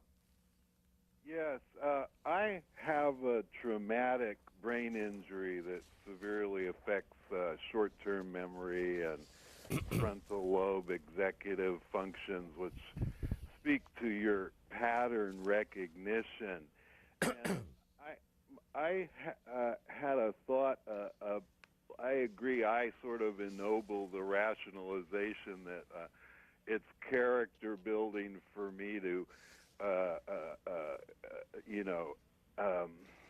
learn from suffering. And I've personally gotten over suffering from. But I thought with your work with Stevie Wonder, and I look at movies like Forrest Gump and Rain Man, where the people around the supposedly disabled person are transformed out of their relationship with someone. And like with stem cells and stuff, you can see the temptation for genetic engineering to eliminate abnormalities out of society. And I wonder, is it a total rationalization that something we call being human would be lost if we use nanotechnology and that stuff to perfect humans and to eliminate all suffering? Caller, thanks. Well, I think you make a very good point at distinguishing between a defect and a quote abnormality that might really be a different way of relating to the world that is profound and creative in its own way. And we do find, for example, in autism that people have limitations in certain types of communication, but these individuals can pursue knowledge and have skills that other people can't have and are really relating to the world in a different way. I agree that there are different ways to relate to the world, and we're not all the same. And, you know, there's no such thing as normal human behavior. What's normal human musical ability? Was it the guy in my hotel room this morning who was whistling a song, or is it Beethoven or the Beatles? There's a broad range, and as we get to the higher ranges of human capability, they become quite unique and perhaps iconoclastic, as you point out. I actually think as we enhance our minds by getting closer to our technology, we're not going to become all the same. We're going to actually become more different. We're actually fairly similar today. There's less genetic diversity among all humans than in one troop of baboons. We all have a brain that's organized the same way with the same regions and the same kinds of basic architecture, and it's constrained by a skull, and we can change our brain in certain ways, a certain amount of plasticity, but there's limitations on how far we can go with it. When we can actually break out of our skulls conceptually by enhancing our thinking beyond 100 billion slow neurons, we'll actually be able to pursue different ways of thinking, different ways of creating that are very unique. And someone could really pursue, you know, profound new forms of music in ways that wouldn't be feasible before, and someone else might, you know, pursue history and get new insights that would be impossible today because they could master a lot more knowledge. And we'll actually become more different, and I think that actually would be a good thing. An emailer asks, if our technology keeps advancing, isn't the real problem in distributing it effectively and making it cost reasonable? Okay, another good question. And one implication of the law of accelerating returns is a 50% deflation rate. And you can see that clearly in electronics. You can get the same capability for half the money a year later. And generally technology, particularly the kinds of technology that individuals use, follow a certain path. And when it comes out, it's unaffordable. Only the wealthy can afford it. But at that point, it actually doesn't work very well. And a few years later, it works a little bit, and it's merely expensive. And then it becomes inexpensive and actually is perfected and has a lot of new features and is very capable. And then ultimately, it's almost free and is very ubiquitous. And you can see that with the cell phone. Take societies in Asia where 15 years ago they had primitive agrarian economies and most people were pushing a plow, and today they have thriving information economies. That lag from early adoption of extremely expensive technologies to a version that's very inexpensive and very ubiquitous and very almost free is 10 years. But that's going to accelerate. There's a paradigm shift rate that doubles every decade. So 10 years from now, that'll be a 5-year lag. And 20 years from now, that'll be a 2 or 3 year lag. So these technologies ultimately become very ubiquitous. When we have full-scale nanotechnology, molecular nanotechnology assembly, and tabletop replicators that can use massively parallel information processes to create macro objects, but building them at the molecular level by reorganizing very inexpensive input materials, we'll be able to create, really from just information and very inexpensive input materials, most of the things we need, from clothing and food to computers. And basically information will be the only thing that has value. We're moving gradually to where the information component of the value of products and services is asymptoting to 100%. So the point is that these technologies ultimately become very widespread. I mean, think back 15 years ago, someone took out a mobile phone in a movie. That was your signal from the director that this was a very important person, because only the wealthy and powerful could have a mobile phone. And they didn't work very well. And you don't have to be a powerful person now to have a mobile phone. Consider making intellectual creations. You used to have to be a big Hollywood studio to create a movie. Well, now with your $500 camera and your PC, you can actually create a full quality Hollywood motion picture, and successful motion pictures have been done that way. Or a recorded album. You don't have to be a big recording label. Or a couple of kids at Stanford, they were just with their $1,000 PCs wrote a piece of software. Today it's worth $100 billion, and you use it to search the internet.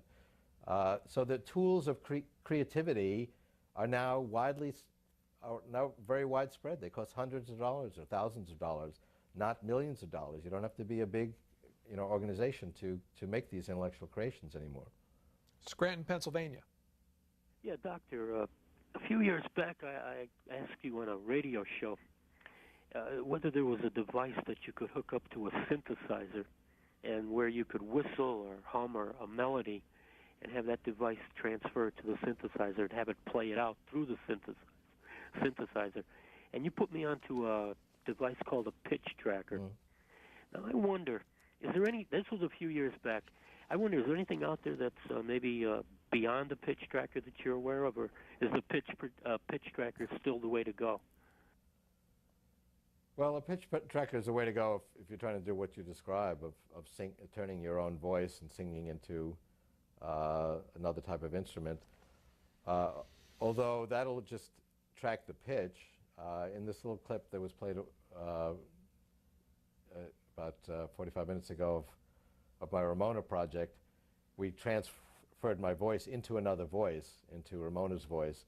And that was more than just changing the pitch, because a woman's voice has completely different characteristics. And if you just change the pitch, it would have the Munchkin effect. It'd sound like a little chipmunk and not like a woman.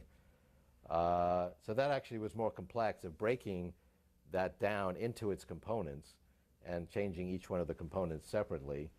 And that gets into multi-pitch trackers where, let's say, somebody's playing a piano or a guitar, which has many notes at the same time, being able to track all of those at the same time. And that's a more complicated problem, and they're making advances on that. Hyundai, the big Korean car company, just bought Kurzweil Music Systems, and I'll be working with them on a new generation of musical instruments that will use some new advanced synthesis techniques so that we can create, if we want to just recreate the piano or the violin or orchestral instruments, we can do that, but that's already well established. But we'll be able to create instruments that are just as satisfying and complex and rich and deep as these acoustic instruments, but that have but are things that we've never heard before. So there's many different ways in which we can use our understanding of the psychology of music and our pattern recognition as applied to musical sound to create a whole new world of very musically satisfying sounds and sound responses, but but that are synthetic and things that we've never heard before. An emailer asks, who are your favorite songwriters and composers, and what do you consider the best piece of music ever written? Well, my favorite classical composer is Beethoven. Actually, if you listen to his late sonatas, like the 31st and 32nd Sonata, which is well past the point when he was deaf, they're very jazzy. And they really remind me of contemporary jazz. They're not played that often, but I suggest people listen to them. So he really went off in his mind in a very futuristic way and anticipated a lot of trends in music. It really has a modern 20th century Afro-American sound to it. It's pretty remarkable. Contemporary music, the groups that are still popular were popular when I was a college student. So these 60s groups like the Beatles and Rolling Stones are still quite remarkable. The Rolling Stones are remarkable because they've stayed together for 40 years. The Beatles are interesting in that, you know, usually creativity is one person, maybe there's other people supporting them, but here you actually have a group that was brilliant as a foursome, and not even a twosome, but a foursome. And all those individuals, when they went off on their own, made interesting music, but nothing like the brilliance of that collaboration. So there's a lot about creativity we don't yet understand, particularly when you have a collaborative process where it wasn't just one person's brilliance that created the music. I also like female artists like Alanis Morissette. That's why I wanted to be a successful female singer, and I do plan for Ramona to continue her career. How do you see, as the future of man and machine progresses, how we entertain ourselves? Well, actually, computer games has been a cutting edge of computer technology. In fact, game machines are actually more powerful than PCs, and they're little supercomputers in their own right. And we are creating virtual reality in these game worlds, and ultimately they will put us in a full immersion three-dimensional world. They're getting very realistic, but they're still on this two-dimensional screen with defined edges. Eventually they'll actually take over our whole visual field of view. That's actually feasible. One of the reasons, and one of the things they're struggling with, because I've talked to some of the people in the game industry, is the liability issue.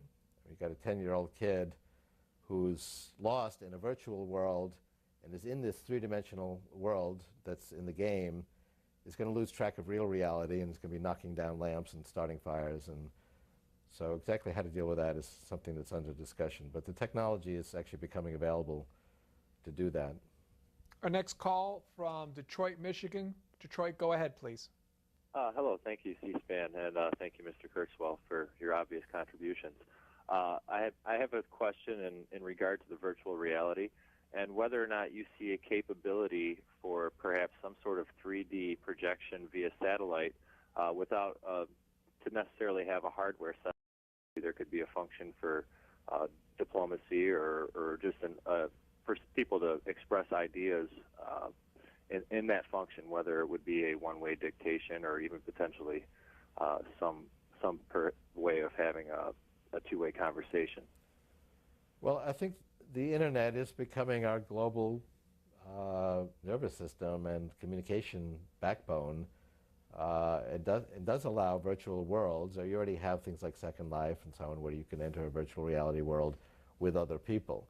And you might say, well, but Second Life isn't as realistic as real reality. That's true today.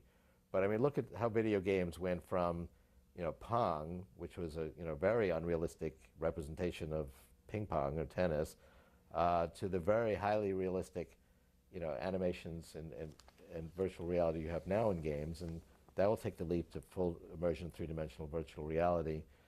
So these virtual reality environments that exist on our computers, empowered by the internet, where we can communicate with anyone, is ultimately going to become full immersion virtual reality. We don't actually have to go inside the nervous system to do that. We can have images written directly to our retina from our eyeglasses. The systems will detect our head motion and will actually put us into a full immersion virtual reality environment. This technology already exists. It's expensive today, but it will be ubiquitous and inexpensive in the future. And so then even if you and I, being hundreds of miles apart, we could enter a virtual reality environment and it would seem just like we're there. We can look around each other, at least visually and auditorily, which is how most of our meetings are conducted. We can be in a virtual reality environment. So if you want to have a diplomatic conversation, we could create a virtual hall of Versailles and have a meeting just like we're together. And of course, we use the current state of the technology to create virtual communication all the time. This will be very realistic. You've got 10 years. This is how most meetings will take place. The whole technology of buildings, classrooms, lecture halls, cities is really for aggregating people so we can get together and communicate.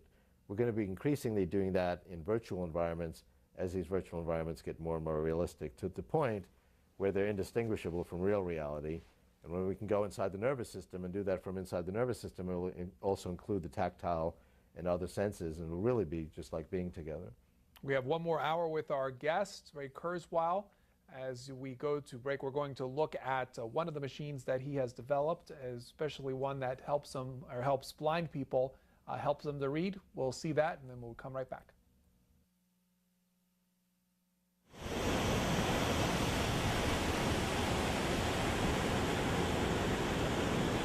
So this is actually the original Kurzweil reading machine, and it was actually the first CCD flatbed scanner. The imaging device can only see about an inch, so it actually scans each line individually. But this was the first scanner, flatbed scanner, which is now ubiquitous.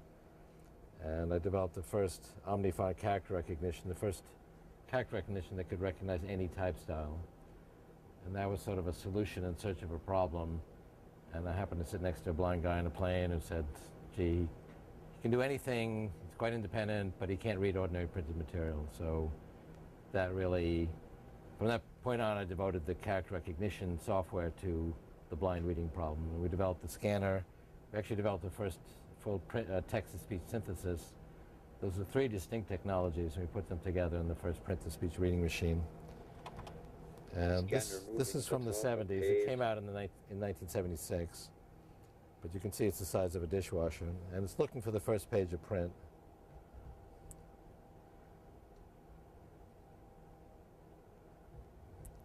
Fourscore and 7 years ago, our fathers brought forth upon this continent a new nation, conceived in liberty, and dedicated to the proposition that all men are created equal. Now, we are engaged in a great civil war, testing whether that nation, or any nation so conceived and so dedicated, can long endure. When this came out, character recognition at that time could only deal in a single type style. It had to be unit-spaced. Letters could not touch one another. It couldn't deal with any kind of printing errors. And people actually retyped documents using a special type ball with the selectric typewriter before they would scan them in using character recognition. So this was the first really intelligent character recognition. And a version of this was actually used to create these big databases in the 1970s and early 80s, like Lexis and Nexus. So that was a commercial application. But this was the first print-to-speech reading machine for the blind. And since it was expensive and large, it was used in institutions like libraries and schools. And over the years, it's come down in size. Up until recently, the Kurzweil 1000 was a small desk-based system, a little scanner with your personal computer. But it was still a desk-based system. You had to bring material back to your desk. And there's a lot of material you can't bring back to your desk, like sign on a wall or a bank ATM display. You could bring a menu back to your desk, but you'd rather read it in the restaurant. Labels in your clothing, remainders at a book sale, handouts at a meeting. So the Holy Grail has always been a device that a blind person can take in their pocket and just take out and read material as they go through the day. So it took 30 years, because this was 1976, and actually this year, 2006, 30 years later, we introduced the first pocket-sized machine. So this is the Kurzweil National Federation of the Blind Reader. We developed it with the National Federation of the Blind. I actually worked with them on the first reading machine in 1976.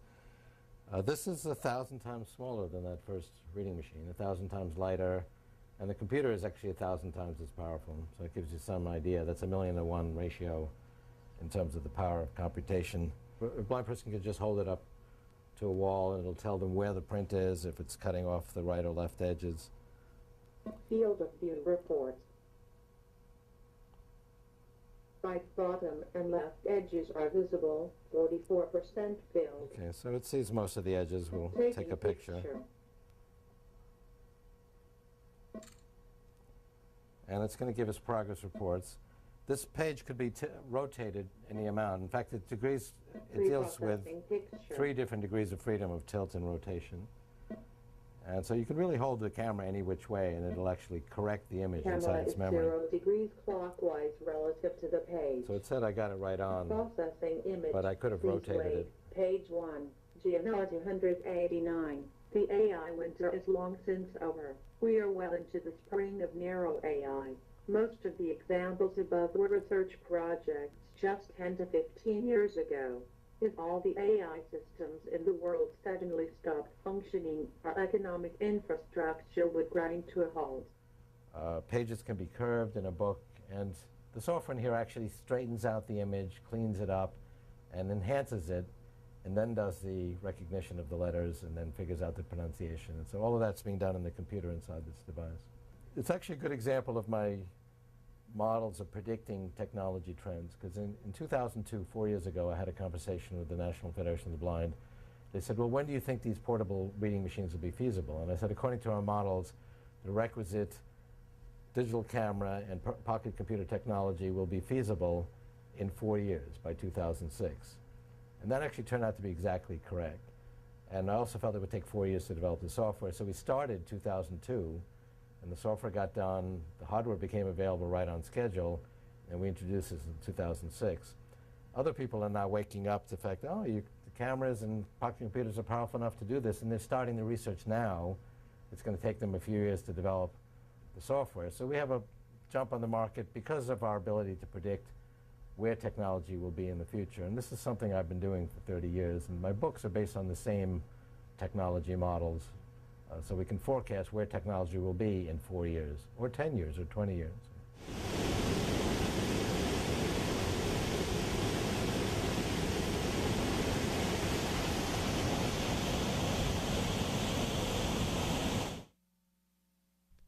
Here are the 10 best-selling hardcover nonfiction books from the New York Times for the week ending October 21st. For the second week in a row, The Innocent Man tops the list. John Grisham chronicles a convicted man's near execution for murder and his subsequent exoneration. Senator Barack Obama premieres on the list at number 2. His book is The Audacity of Hope. At number 3 is Washington Post reporter Bob Woodward's third book about the Bush administration, State of Denial. Next is Culture Warrior. Bill O'Reilly describes an American culture war defined by religion, race, and other issues. Fifth is a collection of essays on aging by screenwriter Nora Ephron, I Feel Bad About My Neck. In his memoir, The Life and Times of the Thunderbolt Kid, Bill Bryson describes growing up in Des Moines in the 1950s. It premieres on the list this week at number 6. Seventh is John Grogan's tribute to his Labrador retriever, Marley and Me. That's followed by The God Delusion. Evolutionary biologist Richard Dawkins argues against the existence of God. Fox News anchor Steve Doocy presents observations on marriage and family life at number 9, The Mr. and Mrs. Happy Handbook. And rounding out the top 10 is I Like You, Amy Sedaris' humorous guide to throwing parties. For more information, visit the New York Times website at nytimes.com. All right, we are back with our guest, Ray Kurzweil, who has written, amongst many books, The Singularity is Near When Humans Transcend Biology. He has also written The Age of Spiritual Machines. And could you tell us a little about how you write books? What goes into how you do it? Well, I actually start by writing an essay, what I want to accomplish in the book. And it'll be maybe a chapter-length essay. And then I expand that. Rather than just writing the book from start to finish, I'll expand the essay, developing this part and that part, and develop it into a book. I get feedback from my research group and advisors as to ideas about what should be expanded and questions that should be addressed. I have a research team that gathers data for me, so if I want to cover a certain area, they'll send me books and articles. And on our website, for example, on singularity.com, we have a list of actually all the books and articles I read to write the book. And then as I write the material, I actually write the citations with it.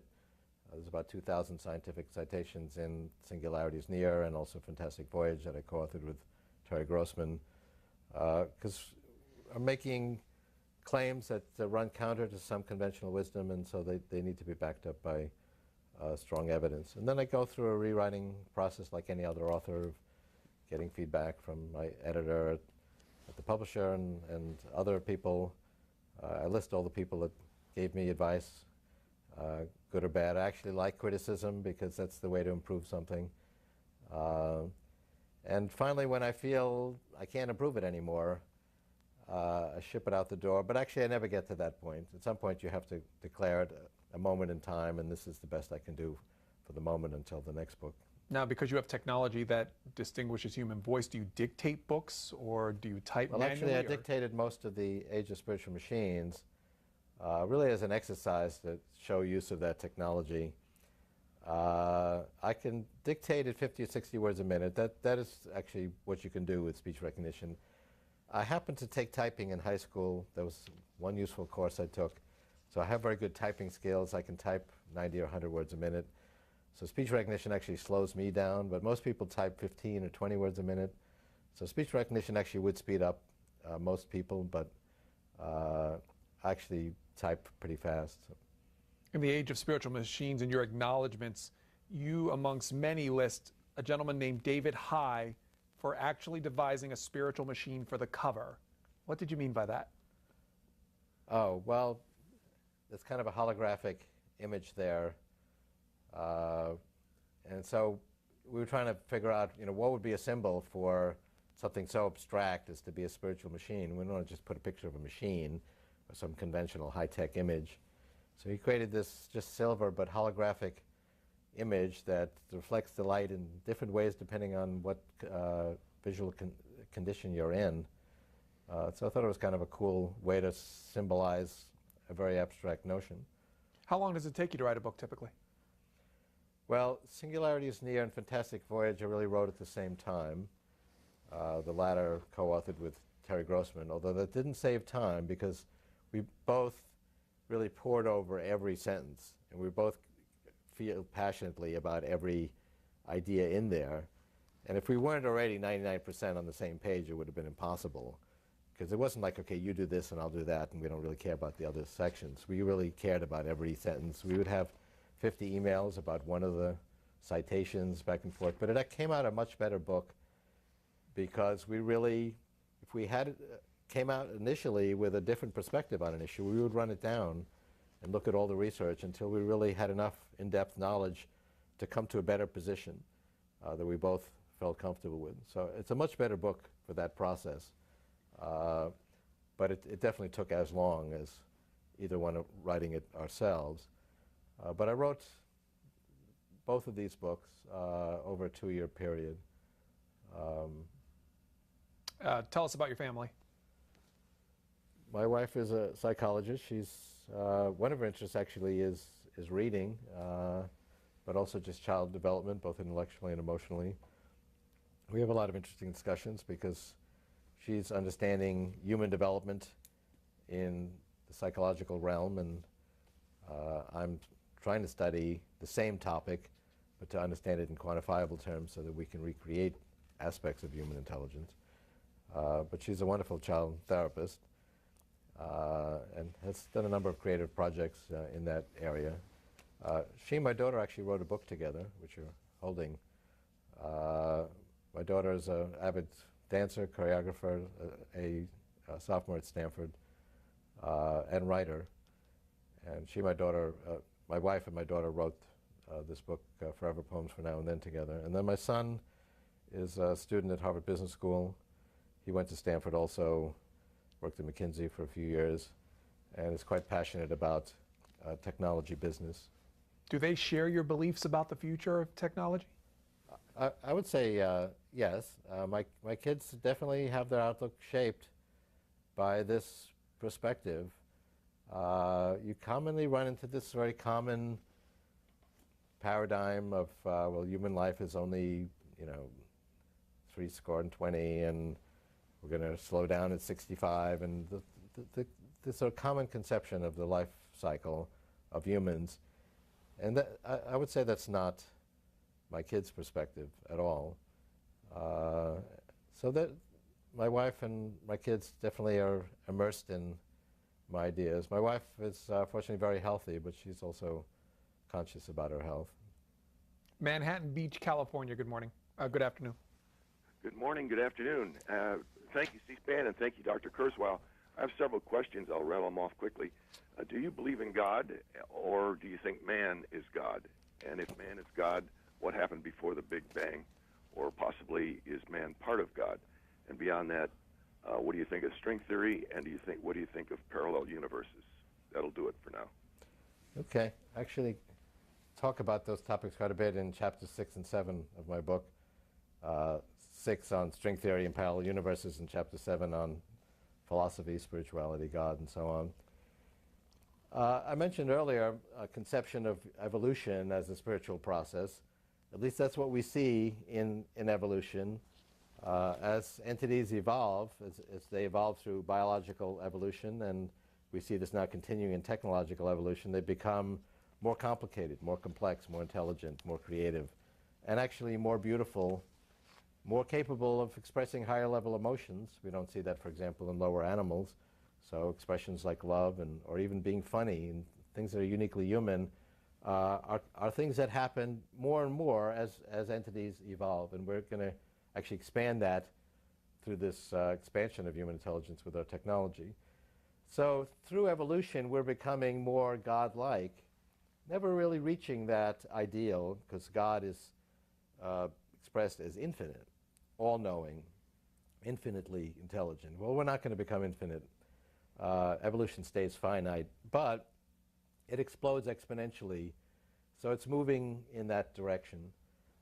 That's as close as I can get to this conception. I think, though, that we will saturate the matter and energy in our part of the universe, our solar system. Actually, it won't take that long. It'll take about a century for us to saturate the ability of matter and energy to support computation and communication in our little part of the universe, and then spread out to the rest of the universe. And I see ultimately the universe being transformed into an intelligent civilization that spans a galaxy and multiple galaxies, and ultimately the whole universe. And so the whole universe will wake up. That'll seem pretty godlike from our very limited perspective today. So you could say that the universe will wake up, will become conscious. There will be a God. At least that satisfies my need for a God, to have the entire universe wake up. I'd like to be around to see that. That's one reason I'm interested in Bridge 1 on this road to radical life extension. And this does get to the parallel universes, because you might ask, how did our universe be so bio-friendly? I just wrote a foreword to Jim Gardner's new book, Intelligent Universes, where he spends a whole book addressing this, and I talk about it in chapter 6 of Singularity is Near. If you look at the standard model of physics, there's about 50 different constants and values that are set very precisely to values to allow atoms to exist, and molecules, and therefore stars and planets, and that allowed biological evolution to take place. And if certain constants, the Planck constant and other constants in the standard model of physics, were set just slightly differently, there would have been no evolution and no biology and no intelligence. So how did that happen? Well, that's an interesting question. Now, some people say, well, it's an intelligent design. There must have been an intelligent designer.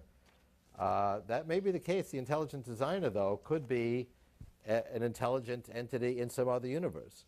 String theory does allow multiple universes, because there are multiple solutions to the formulas of string theory that does allow for multiple universes, each actually with different laws of physics.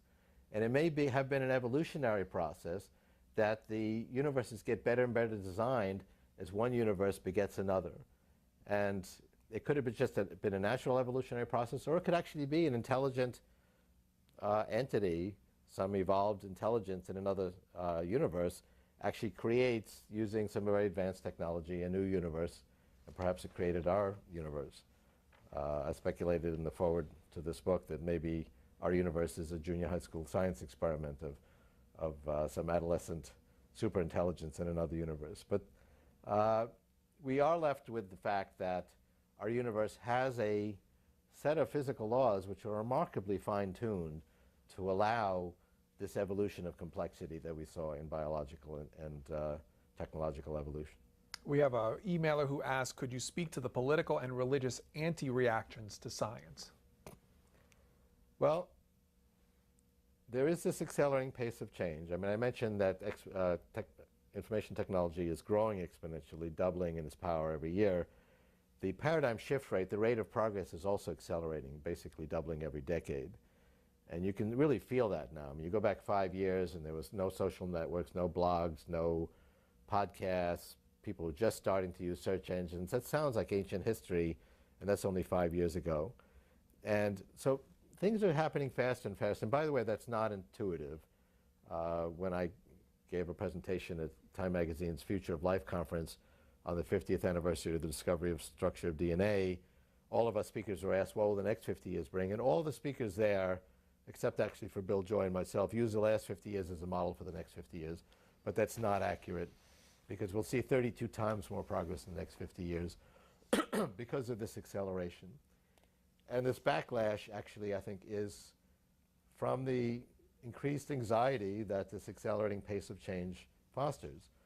I think this rise of fundamentalism is a reaction to this accelerating pace of change.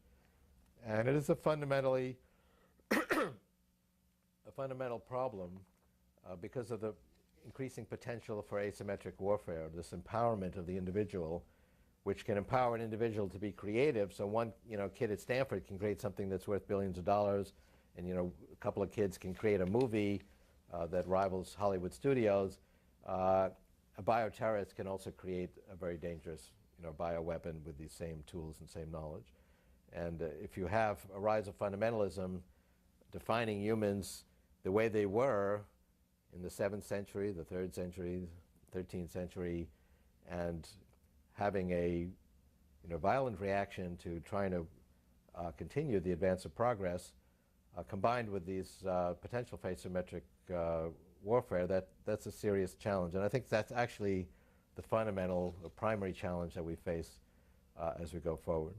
What do you think about the president's approach to science funding? Well, I mean, I said before that I support unrestricted pursuit of stem cell research, and I think that's very unfortunate that we have these restrictions. I don't think, however, it's having a huge effect, because stem cell research is progressing quite rapidly. And in fact, what we really want to do is take my skin cells and turn them into pluripotent cells that can create any organ or type of cell with my own DNA. It's called transdifferentiation. It's really the holy grail of cell engineering. These oppositions tend to be stones in the river, but they're unfortunate stones, and it does slow certain things down, which I think overall science funding has not gone down. I mean, if you look at the statistics, funding of science through the government and through the corporate sector has continued its historical growth rates. And it is doing remarkable things, but it's not really a policy of a Democratic or Republican administration. I mean, it has kind of a life of its own. And when I was at National Institutes of Health a few weeks ago and sharing ideas with the directors and the chief scientists, there's some very remarkable things happening now that we have these increasingly powerful tools, remarkable databases, very powerful tools to be able to reverse engineer genes and see their impact as proteins, and be able to relate gene states to disease states with this Million Genome Project that's coming, and many other things. So I'm not dissatisfied overall with science funding. I think we should keep politics out of it. However, I'm not alarmed that it's significantly distorting progress. And progress isn't just from the government. I mean, we have many billions of dollars of corporate funding. And we get from here to there not with some grand leap to, let's say, create human-level intelligence. We get there actually 100 steps, through 100 steps. Each one is small, market-driven, the market wants a little bit more intelligent search engine, a more flexible operating system, and all these little steps, if you add them all up and they get to be faster and faster, end up getting us to very remarkable places in fairly short order. Idaho Falls, Idaho. Go ahead.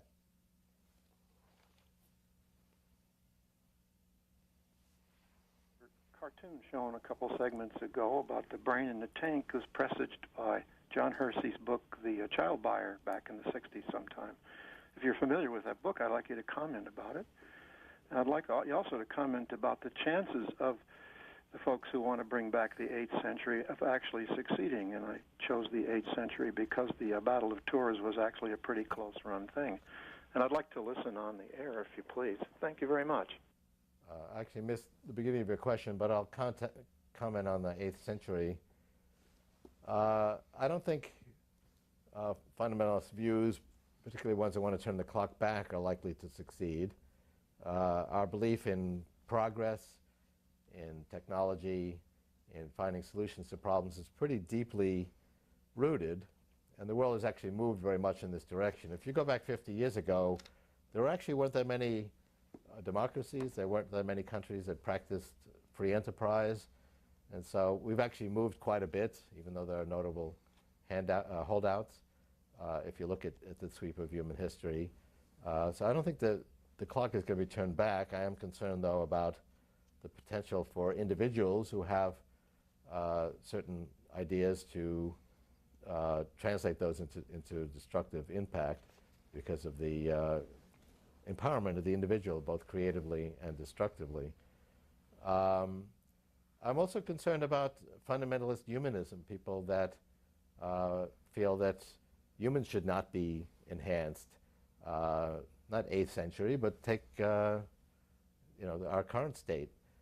I think it's actually not a new idea. We've been enhancing humanity for a long time. As I mentioned, life expectancy was 25,000 years ago, 200 years ago.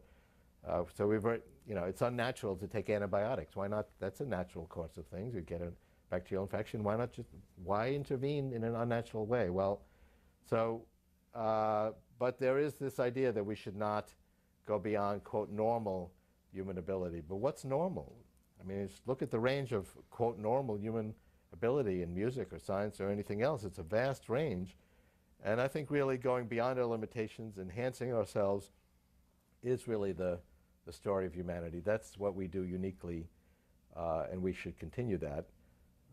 We see the same thing in terms of not changing biology at all, that we shouldn't enhance biology. But we have to be mindful of dangers and downsides, and we have to test things to make sure they're safe. But going beyond the natural abilities of biology, whether it's in a tomato or a human, I think it's something that we do well. And biology is not perfect. It's very intricate. It's very clever. But as we actually learn how it works, we find that it's very suboptimal. There's a design, for example, for robotic red blood cells by Rob Friedis. Analysis of those indicates if you replace 10% of your red blood cells with these robotic respirocytes, you could do an Olympic sprint for 15 minutes without taking a breath or sit at the bottom of your pool for 4 hours. But aside from those interesting things, it actually would be dramatically beneficial for your health, would keep you going if your heart stopped, would better oxygenate your tissues.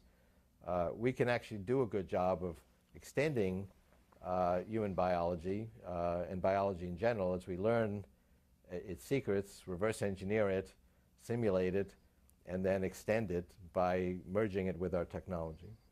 What companies are at the forefront of your future as you see it? What companies should we be looking to as far as current experimentation going on?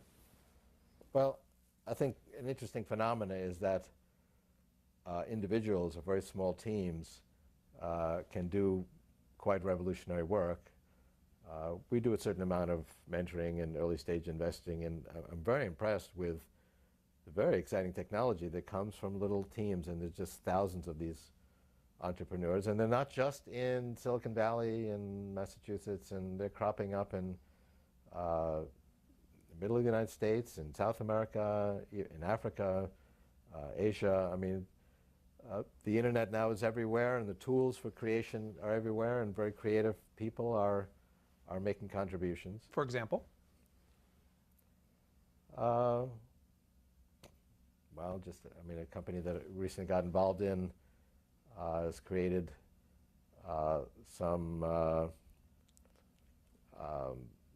molecules that actually control gene expression, because we're actually learning that short RNA strands and other molecules control whether genes are expressed or not expressed, whether they're enhanced or suppressed. And so you can take these molecules and actually turn genes off or turn genes on. They have one product that turns on the genes that create some super antioxidants, superoxide demutase and catalase, which are anti-aging molecules. So I mean, there's a lot of interesting ways of reprogramming biology that are emerging from a lot of little companies. Microsoft and Google are very creative companies. They actually believe in fostering this kind of innovation from inside their companies. And Google has a well-publicized model of having actually all their people spend a fraction of their time just inventing on their own, so that ideas can bubble up. And Microsoft has a different approach to it, but it similarly has a way of creating ideas from the sort of ferment of many individuals. We really have a period now where the individual is empowered with the tools to create very revolutionary ideas. And Google is a good example. I mean, it was two kids, students at Stanford, and they created a revolution in search engines. And the opportunity to do that is, even in search engines, is becoming more and more possible. Do you think that as we look to the future, Microsoft and Google will still be at the forefront of what you see?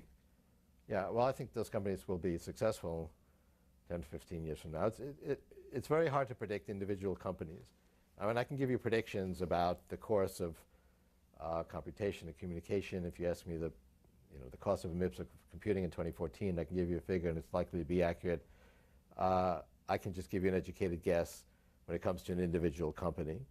But I know Microsoft and Google quite well, and the key competitive advantage they have is they have a very good way of attracting really creative and brilliant people. And ultimately that's, it's not some lock on the market or some monopoly on something or some very clever technology. All of that will be worthless, in a fairly short period of time. It's really the ability of the people there to keep reinventing and be creative. And those two companies have shown the ability to reinvent themselves. Well, Google hasn't had to reinvent itself yet, but although they've come up with some very creative new things beyond search. And of course, Microsoft has reinvented itself already several times and is working on doing that again. So I have a lot of confidence in those two companies. For Ray Kurzweil, Dayton, Ohio.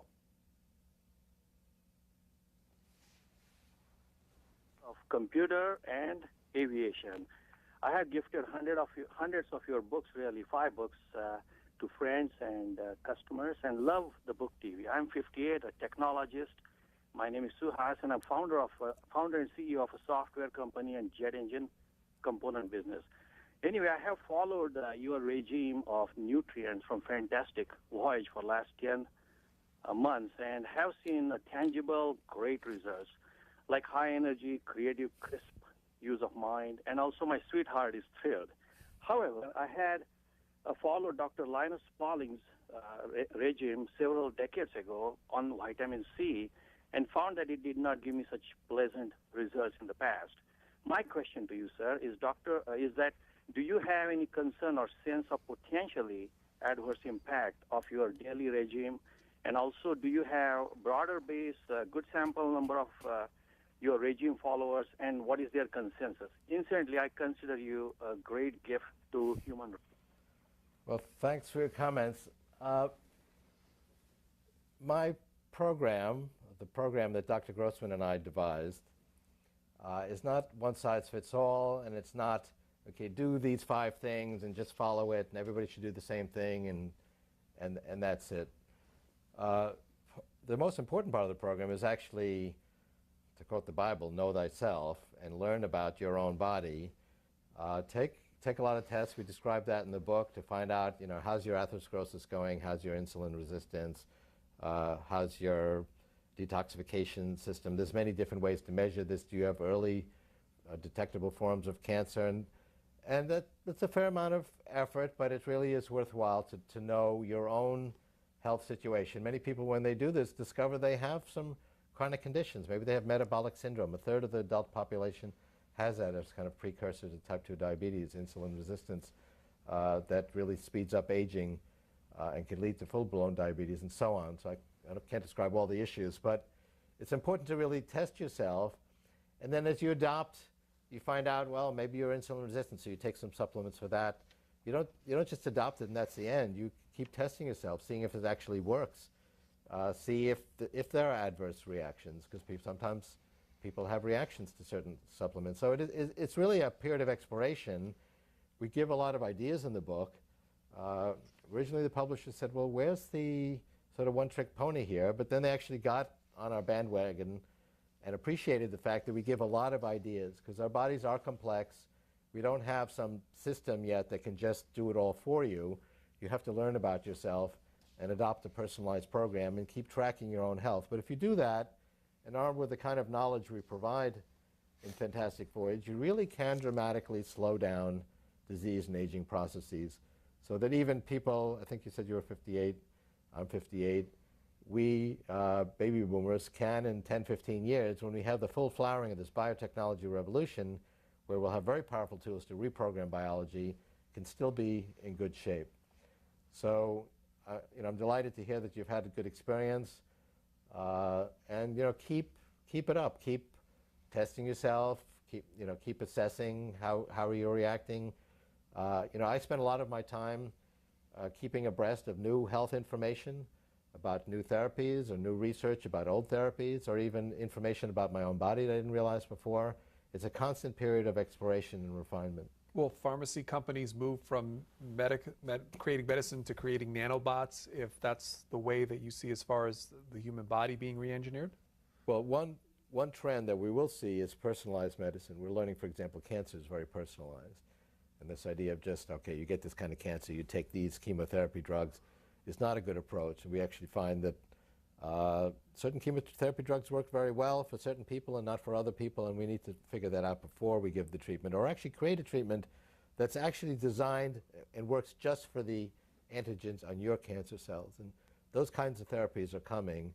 And in fact, we're going to have to redesign FDA approval mechanisms because they're not well designed for this kind of personalized medicine. But that's actually a very powerful development.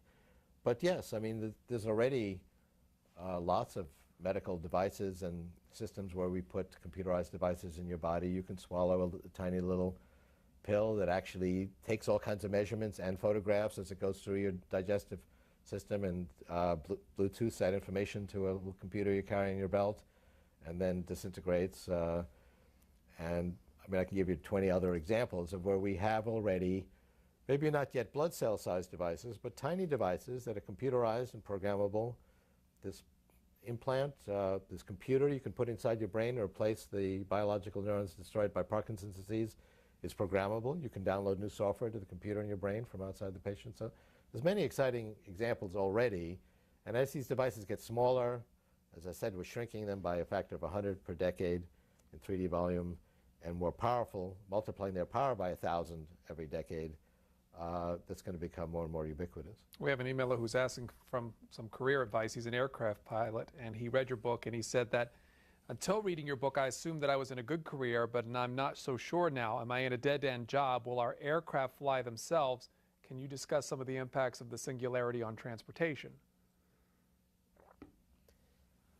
I think the way to approach careers is to not worry that much about whether particular types of jobs are going to become obsolete, but be open to learning and keeping abreast of the world and following your passion. And if you're passionate about flying, I think by all means do it.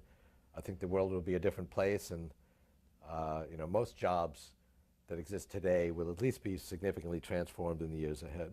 So this model where you go to school and then you learn a trade, and that's your ticket to employment and productivity for the rest of your life until you retire, I mean, that model already doesn't exist by and large. People really have to change what they're doing, and I think people should have the attitude to keep learning and to follow your passion, because it's not you don't have to be, even though we're talking about a technological future, you don't have to be a technologist or an engineer to thrive, because it's really knowledge and information that'll have value. But that includes music and art. And I mean, look at how artists have been empowered. I mean, artists used to, have a difficult time making a living unless they were very well known. But now there's this explosion of need for art and graphics on the web, and artists are doing very well, particularly if they have computer skills. And same thing for musicians. And so any kind of knowledge, if you have a passion for it, that's what you should pursue. And keep abreast of how different professions change. I think ultimately transportation will become more automated. Certainly if you go out 15, 20 years, flying devices will be, in fact, personalized using nanotechnology, and they'll fly themselves. But flying devices, cars, or something along that line, as we know it? Yeah, I think in 20 years we'll have nanotechnology-based flying devices. Ann Arbor, Michigan. Hi. As more biological components are replaced by technological ones, and the rift between humanity and technology becomes more narrow, what do you think the possible effects will be on the human psyche, especially the way in which we define humanity and differentiate between it and technology? Well, I think it's going to change, and you can see already, movements like body modification, tattoos and piercings and so on, which go back, 15 years. That was a pretty fringe phenomenon. Is now very mainstream, and people walk around with devices on their eyeglasses and in their ears. And even 5 years ago, if you had a little microphone in your ear with an antenna, that would seem pretty weird. Now we routinely accept that. So conventions actually change pretty quickly, particularly when technologies become viable, and we adjust quite rapidly. I mean, look at how rapidly we've become wired and online. You walk around a college campus and everybody is online with their computers and their things in their hands and in their ears, and they're in some virtual environment while they're walking across campus. And that didn't look like that even 5 years ago. So as these technologies become perfected, I think we accept them more and more. And I think we will accept the idea of enhancing human ability with our technology, because it's a slippery slope from just correcting problems that occur from disease or disability to actually being able to go beyond, quote, normal. And one reason it's a slippery slope is there's no such thing as normal. Human beings have a broad range of abilities. But really, it's the thrust of technology in general. It's why we started creating tools, was to extend our reach. And we started out with the Industrial Revolution extending our physical reach, and we've already have a half century of extending our mental reach. And our ability to do that is going to become more and more powerful as these tools become more intelligent. Lansing, Michigan. Good afternoon. It's a pleasure to talk to you, sir. I do a one-man show about Thomas Jefferson that I take to schools, and in my research, I came across a quote that our third president supports you, and I wondered if I could indulge you for a second to read that to you. Sure, be interested. The quote goes like this: "I am not an advocate for frequent changes in laws and constitutions, but laws and institutions must go hand in hand with the progress of the human mind.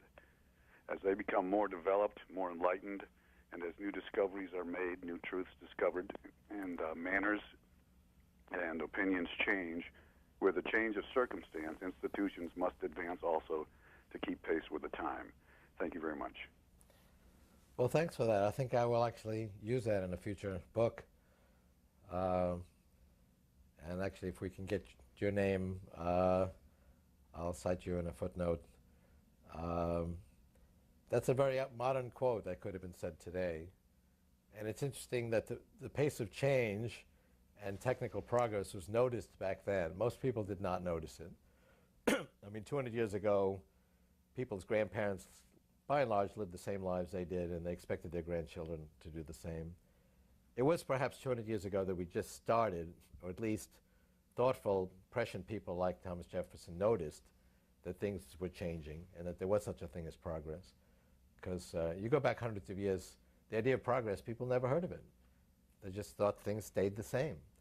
There was progress, but it was at such a slow pace that it was not noticeable. Now you'd have to be, pretty asleep not to notice the rapid pace of change. But that's a very up-to-date quote. I appreciate it. Is there any form of a modern-day Luddite still in the world? Oh, absolutely. I mean, there's very strong Luddite movements. Take the anti-GMO movement, genetically modified organism.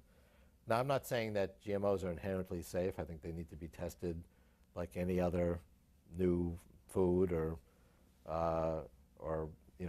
invention that affects our biosphere.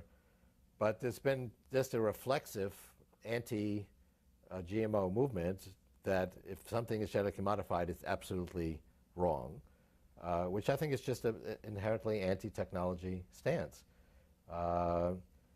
Golden rice, it's now been approved, but it was held up for 5 or 6 years. It could have saved hundreds of thousands of kids from going blind in Africa because of a genetic modification that would provide the right vitamins for these kids in their foods to stave off this type of blindness. African countries have been lobbied not to accept certain grains, certain seeds that would overcome the natural blights that wipe out their livelihood. That's changing now, but that was an example of, I think, a reflexive anti-technology movement. And there is a strong anti-technology movement. Bill McKibben, who I respect, who's actually brought global warming to our attention, wrote a book called Enough, where he says we have enough technology, at least enough advanced technology. Now, his position is actually more sophisticated. He says certain types of advancements we should continue, and it's a complex discussion as to exactly what we should do and what we shouldn't do. But it's an example of an opposition to a certain type of advancement, that we shouldn't, for example, radically extend human longevity, which I think we've been in the process of doing for 1,000 years, but now we're getting to a point where we can do it much more rapidly. But there's definitely strong anti-technology movements, particularly in some academic circles. Los Angeles, California. Hi. I'd just like to say that I'm extremely impressed and have not had much exposure to you aside from your phenomenal keyboards and music programs. I'm actually a nutritionist myself, and also am extremely impressed with your knowledge of my field. And I actually have a question more about the implications of nanos in the human brain and the basically tendency of governments, especially democracies, to lean towards and eventually turn into what becomes almost a monarchy, and the likelihood of nanos being used to control the populace, and how we would avoid that in the future. Well, when we have software running in our bodies and brains, all kinds of issues that we now actually struggle with already, even though most of the computers are not yet inside our bodies and brains, will become even more important. Privacy. Well, we already do very private things in our computers, and we realize that people can easily put a spy program on our computer and report back to somebody we don't know everything they were doing. So this is already a concern. Software viruses and other type of malware is an issue, given all the important things we do on our personal computers. But when those computers are inside our bodies and brains, that's going to be more of an issue. We're concerned about security and privacy of health data. Well, if we've got all these computers with that health data inside our bodies and brains, and people hack into it, put spyware there, that's going to be a big concern. And potentially people could send software viruses into the nanobots inside our brain and actually influence our thoughts. I mean, that potential is there. That's one of the downsides of these technologies. Software security, therefore, becomes more and more important an issue. Technical issues like encryption, which get very technical, but are actually pretty fundamental, I think, to the future of humanity. Being able to maintain privacy is very important. And actually, a lot of advances have been made in encryption. Encryption actually tends to stay ahead of the decryption technology, to the dismay of intelligence agencies, but to the delight of privacy, people who are concerned about privacy. So yes, this will be an issue. I think overall, we get a lot more benefit from our personal computers and the internet today than we are harmed by this kind of malware and software viruses. And we actually have a pretty good system for protecting ourselves from software viruses that we've invested in. New software virus is discovered, and it's reverse engineered, and a protection is created and distributed virally to the internet, generally within 24 hours. So we've done a pretty good job of actually defending ourselves from software viruses. We actually should learn from that as to how we should deal with biological viruses. But this is a whole area that actually will get more and more concern as the technology gets more and more intimate, and it's already pretty intimate. As far as the advances are concerned, is it the United States that's leading those advances, or are there other countries involved? I think we're already very close to a worldwide system, a worldwide economy. You buy a product and might have software done in Silicon Valley, and certain mathematical problems were solved in India, and it was constructed in China, and with just-in-time inventory systems designed in New York. I mean, typical products which have sophisticated software and hardware are already quite complex and involve people all over the world. And most products are intellectual, and that the intellectual part of products, like product designs, can just circulate the globe in seconds on the internet. And this has actually empowered China and India to become successful. But I don't see, it's not a global race as if there's a fixed size pie, and if China and India get more, we're going to get a smaller slice. It's really a positive sum game. The Chinese engineer is creating value for his or her company, but also for us, because we all benefit from all of these products. And this is actually leading, in my opinion, to the economic growth we see. The information, you might expect that the information technology sector would shrink because of this 50% deflation factor, and some economists actually are worried about that, that if you can get the same stuff for half the money a year later, that the size of the economy, as it has to do with information, would shrink. But we actually see that the opposite's the case. We more than double our consumption. When price performance reaches certain levels, whole new applications explode on the landscape. And we have had 18% growth in information technology in every area in constant dollars for the last 50 years, despite the fact that we have a 50% deflation rate. And in fact, that is what is driving economic growth. As more and more of the economy is comprised of this information technology, which is growing 18% a year, and less of it is comprised of these non-information industries, which are shrinking, the growth rates are increasing. And we see that with these fantastic growth rates in China and India, and even sub-Saharan Africa, because of technology, had a 5% growth rate last year. About 8 more minutes with our guest, Miami, Florida. Hi, am I on? Yes, go ahead. Hi, Ray. I have to say that I'm a great fan of yours. But that being said, I have a question about one time you talked about your utopian future, that the future would not be utopian despite the fact of a growth of technology. And I'd like you to explain that for me, please. Well, I alluded earlier to technology being a double-edged sword. So take biotechnology. I mean, that's, I think, actually a great revolution that's happening now. That we're going from a pre-information era where we just happen to find something and we don't really know why it works, to where we can actually reprogram biology as an information technology. And that's a grand transformation. But it has positive and negative consequences. The positive is that I believe we will be able to reprogram biology away from cancer and heart disease and these other diseases that kill us. 15, 20 years from now, I think we will really overcome these diseases, at least make them manageable chronic conditions, if not eliminate them altogether, through the power of biotechnology. But the downside is it also empowers a bioterrorist to reprogram a biological virus, to make it more deadly or stealthy or communicable. And that's an existential specter that we face right now, and we really need to be doing more about it. But these technologies can be used for creativity or destruction. I think the problems that we've been focused on, that humanity has struggled with for eons, we will ultimately, over the next several decades, get the tools to overcome those problems, but we will still be struggling then with new problems that these technologies introduce. Will the companies that develop them themselves be able to give proper oversight?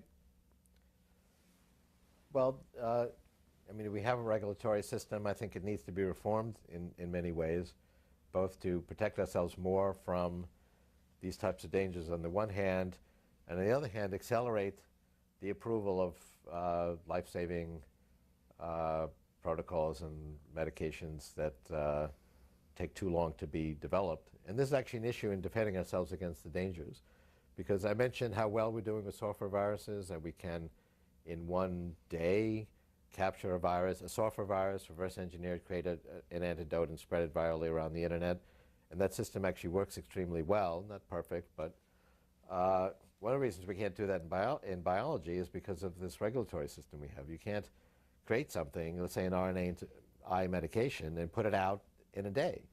I mean, a typical approval time is measured in years, not days.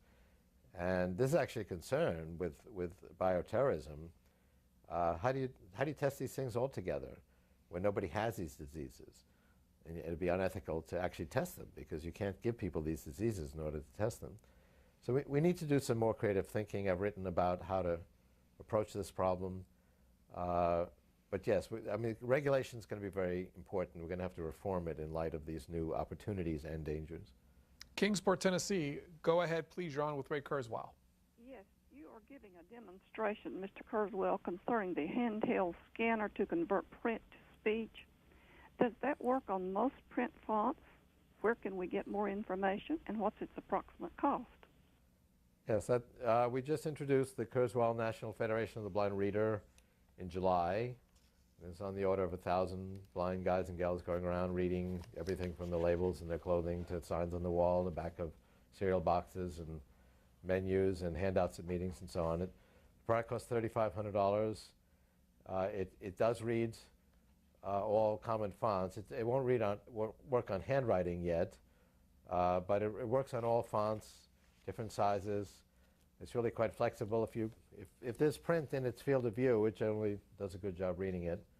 And you can get information that's knfbreader.com. knfbreader.com. We have about 2 minutes left, but this final email: should we fear computers and machines as they begin to equal us in intelligence? Well, we do fear other humans, right?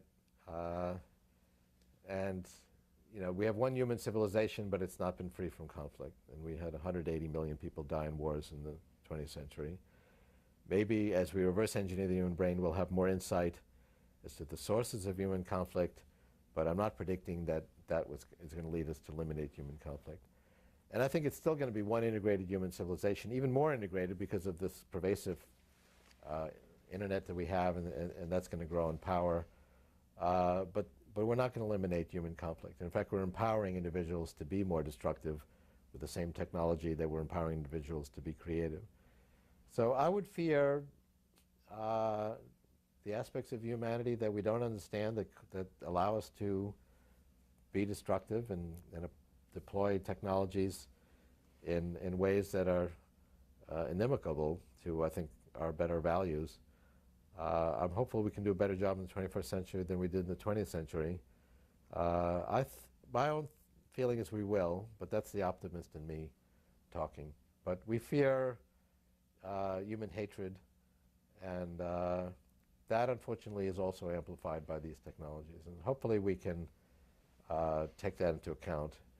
I've written a lot about how we might do that, but that is something to be feared. Do you have a new book that you're working on? Well, my next book is tentatively titled How the Human Brain Works and How to Build One. But that's a number of years off. I've got a number of other irons in the fire before I get to that. But I'm doing now what I do in the early stages, which is gathering information. So as I see interesting articles and books that pertain to this topic, I'm gathering them and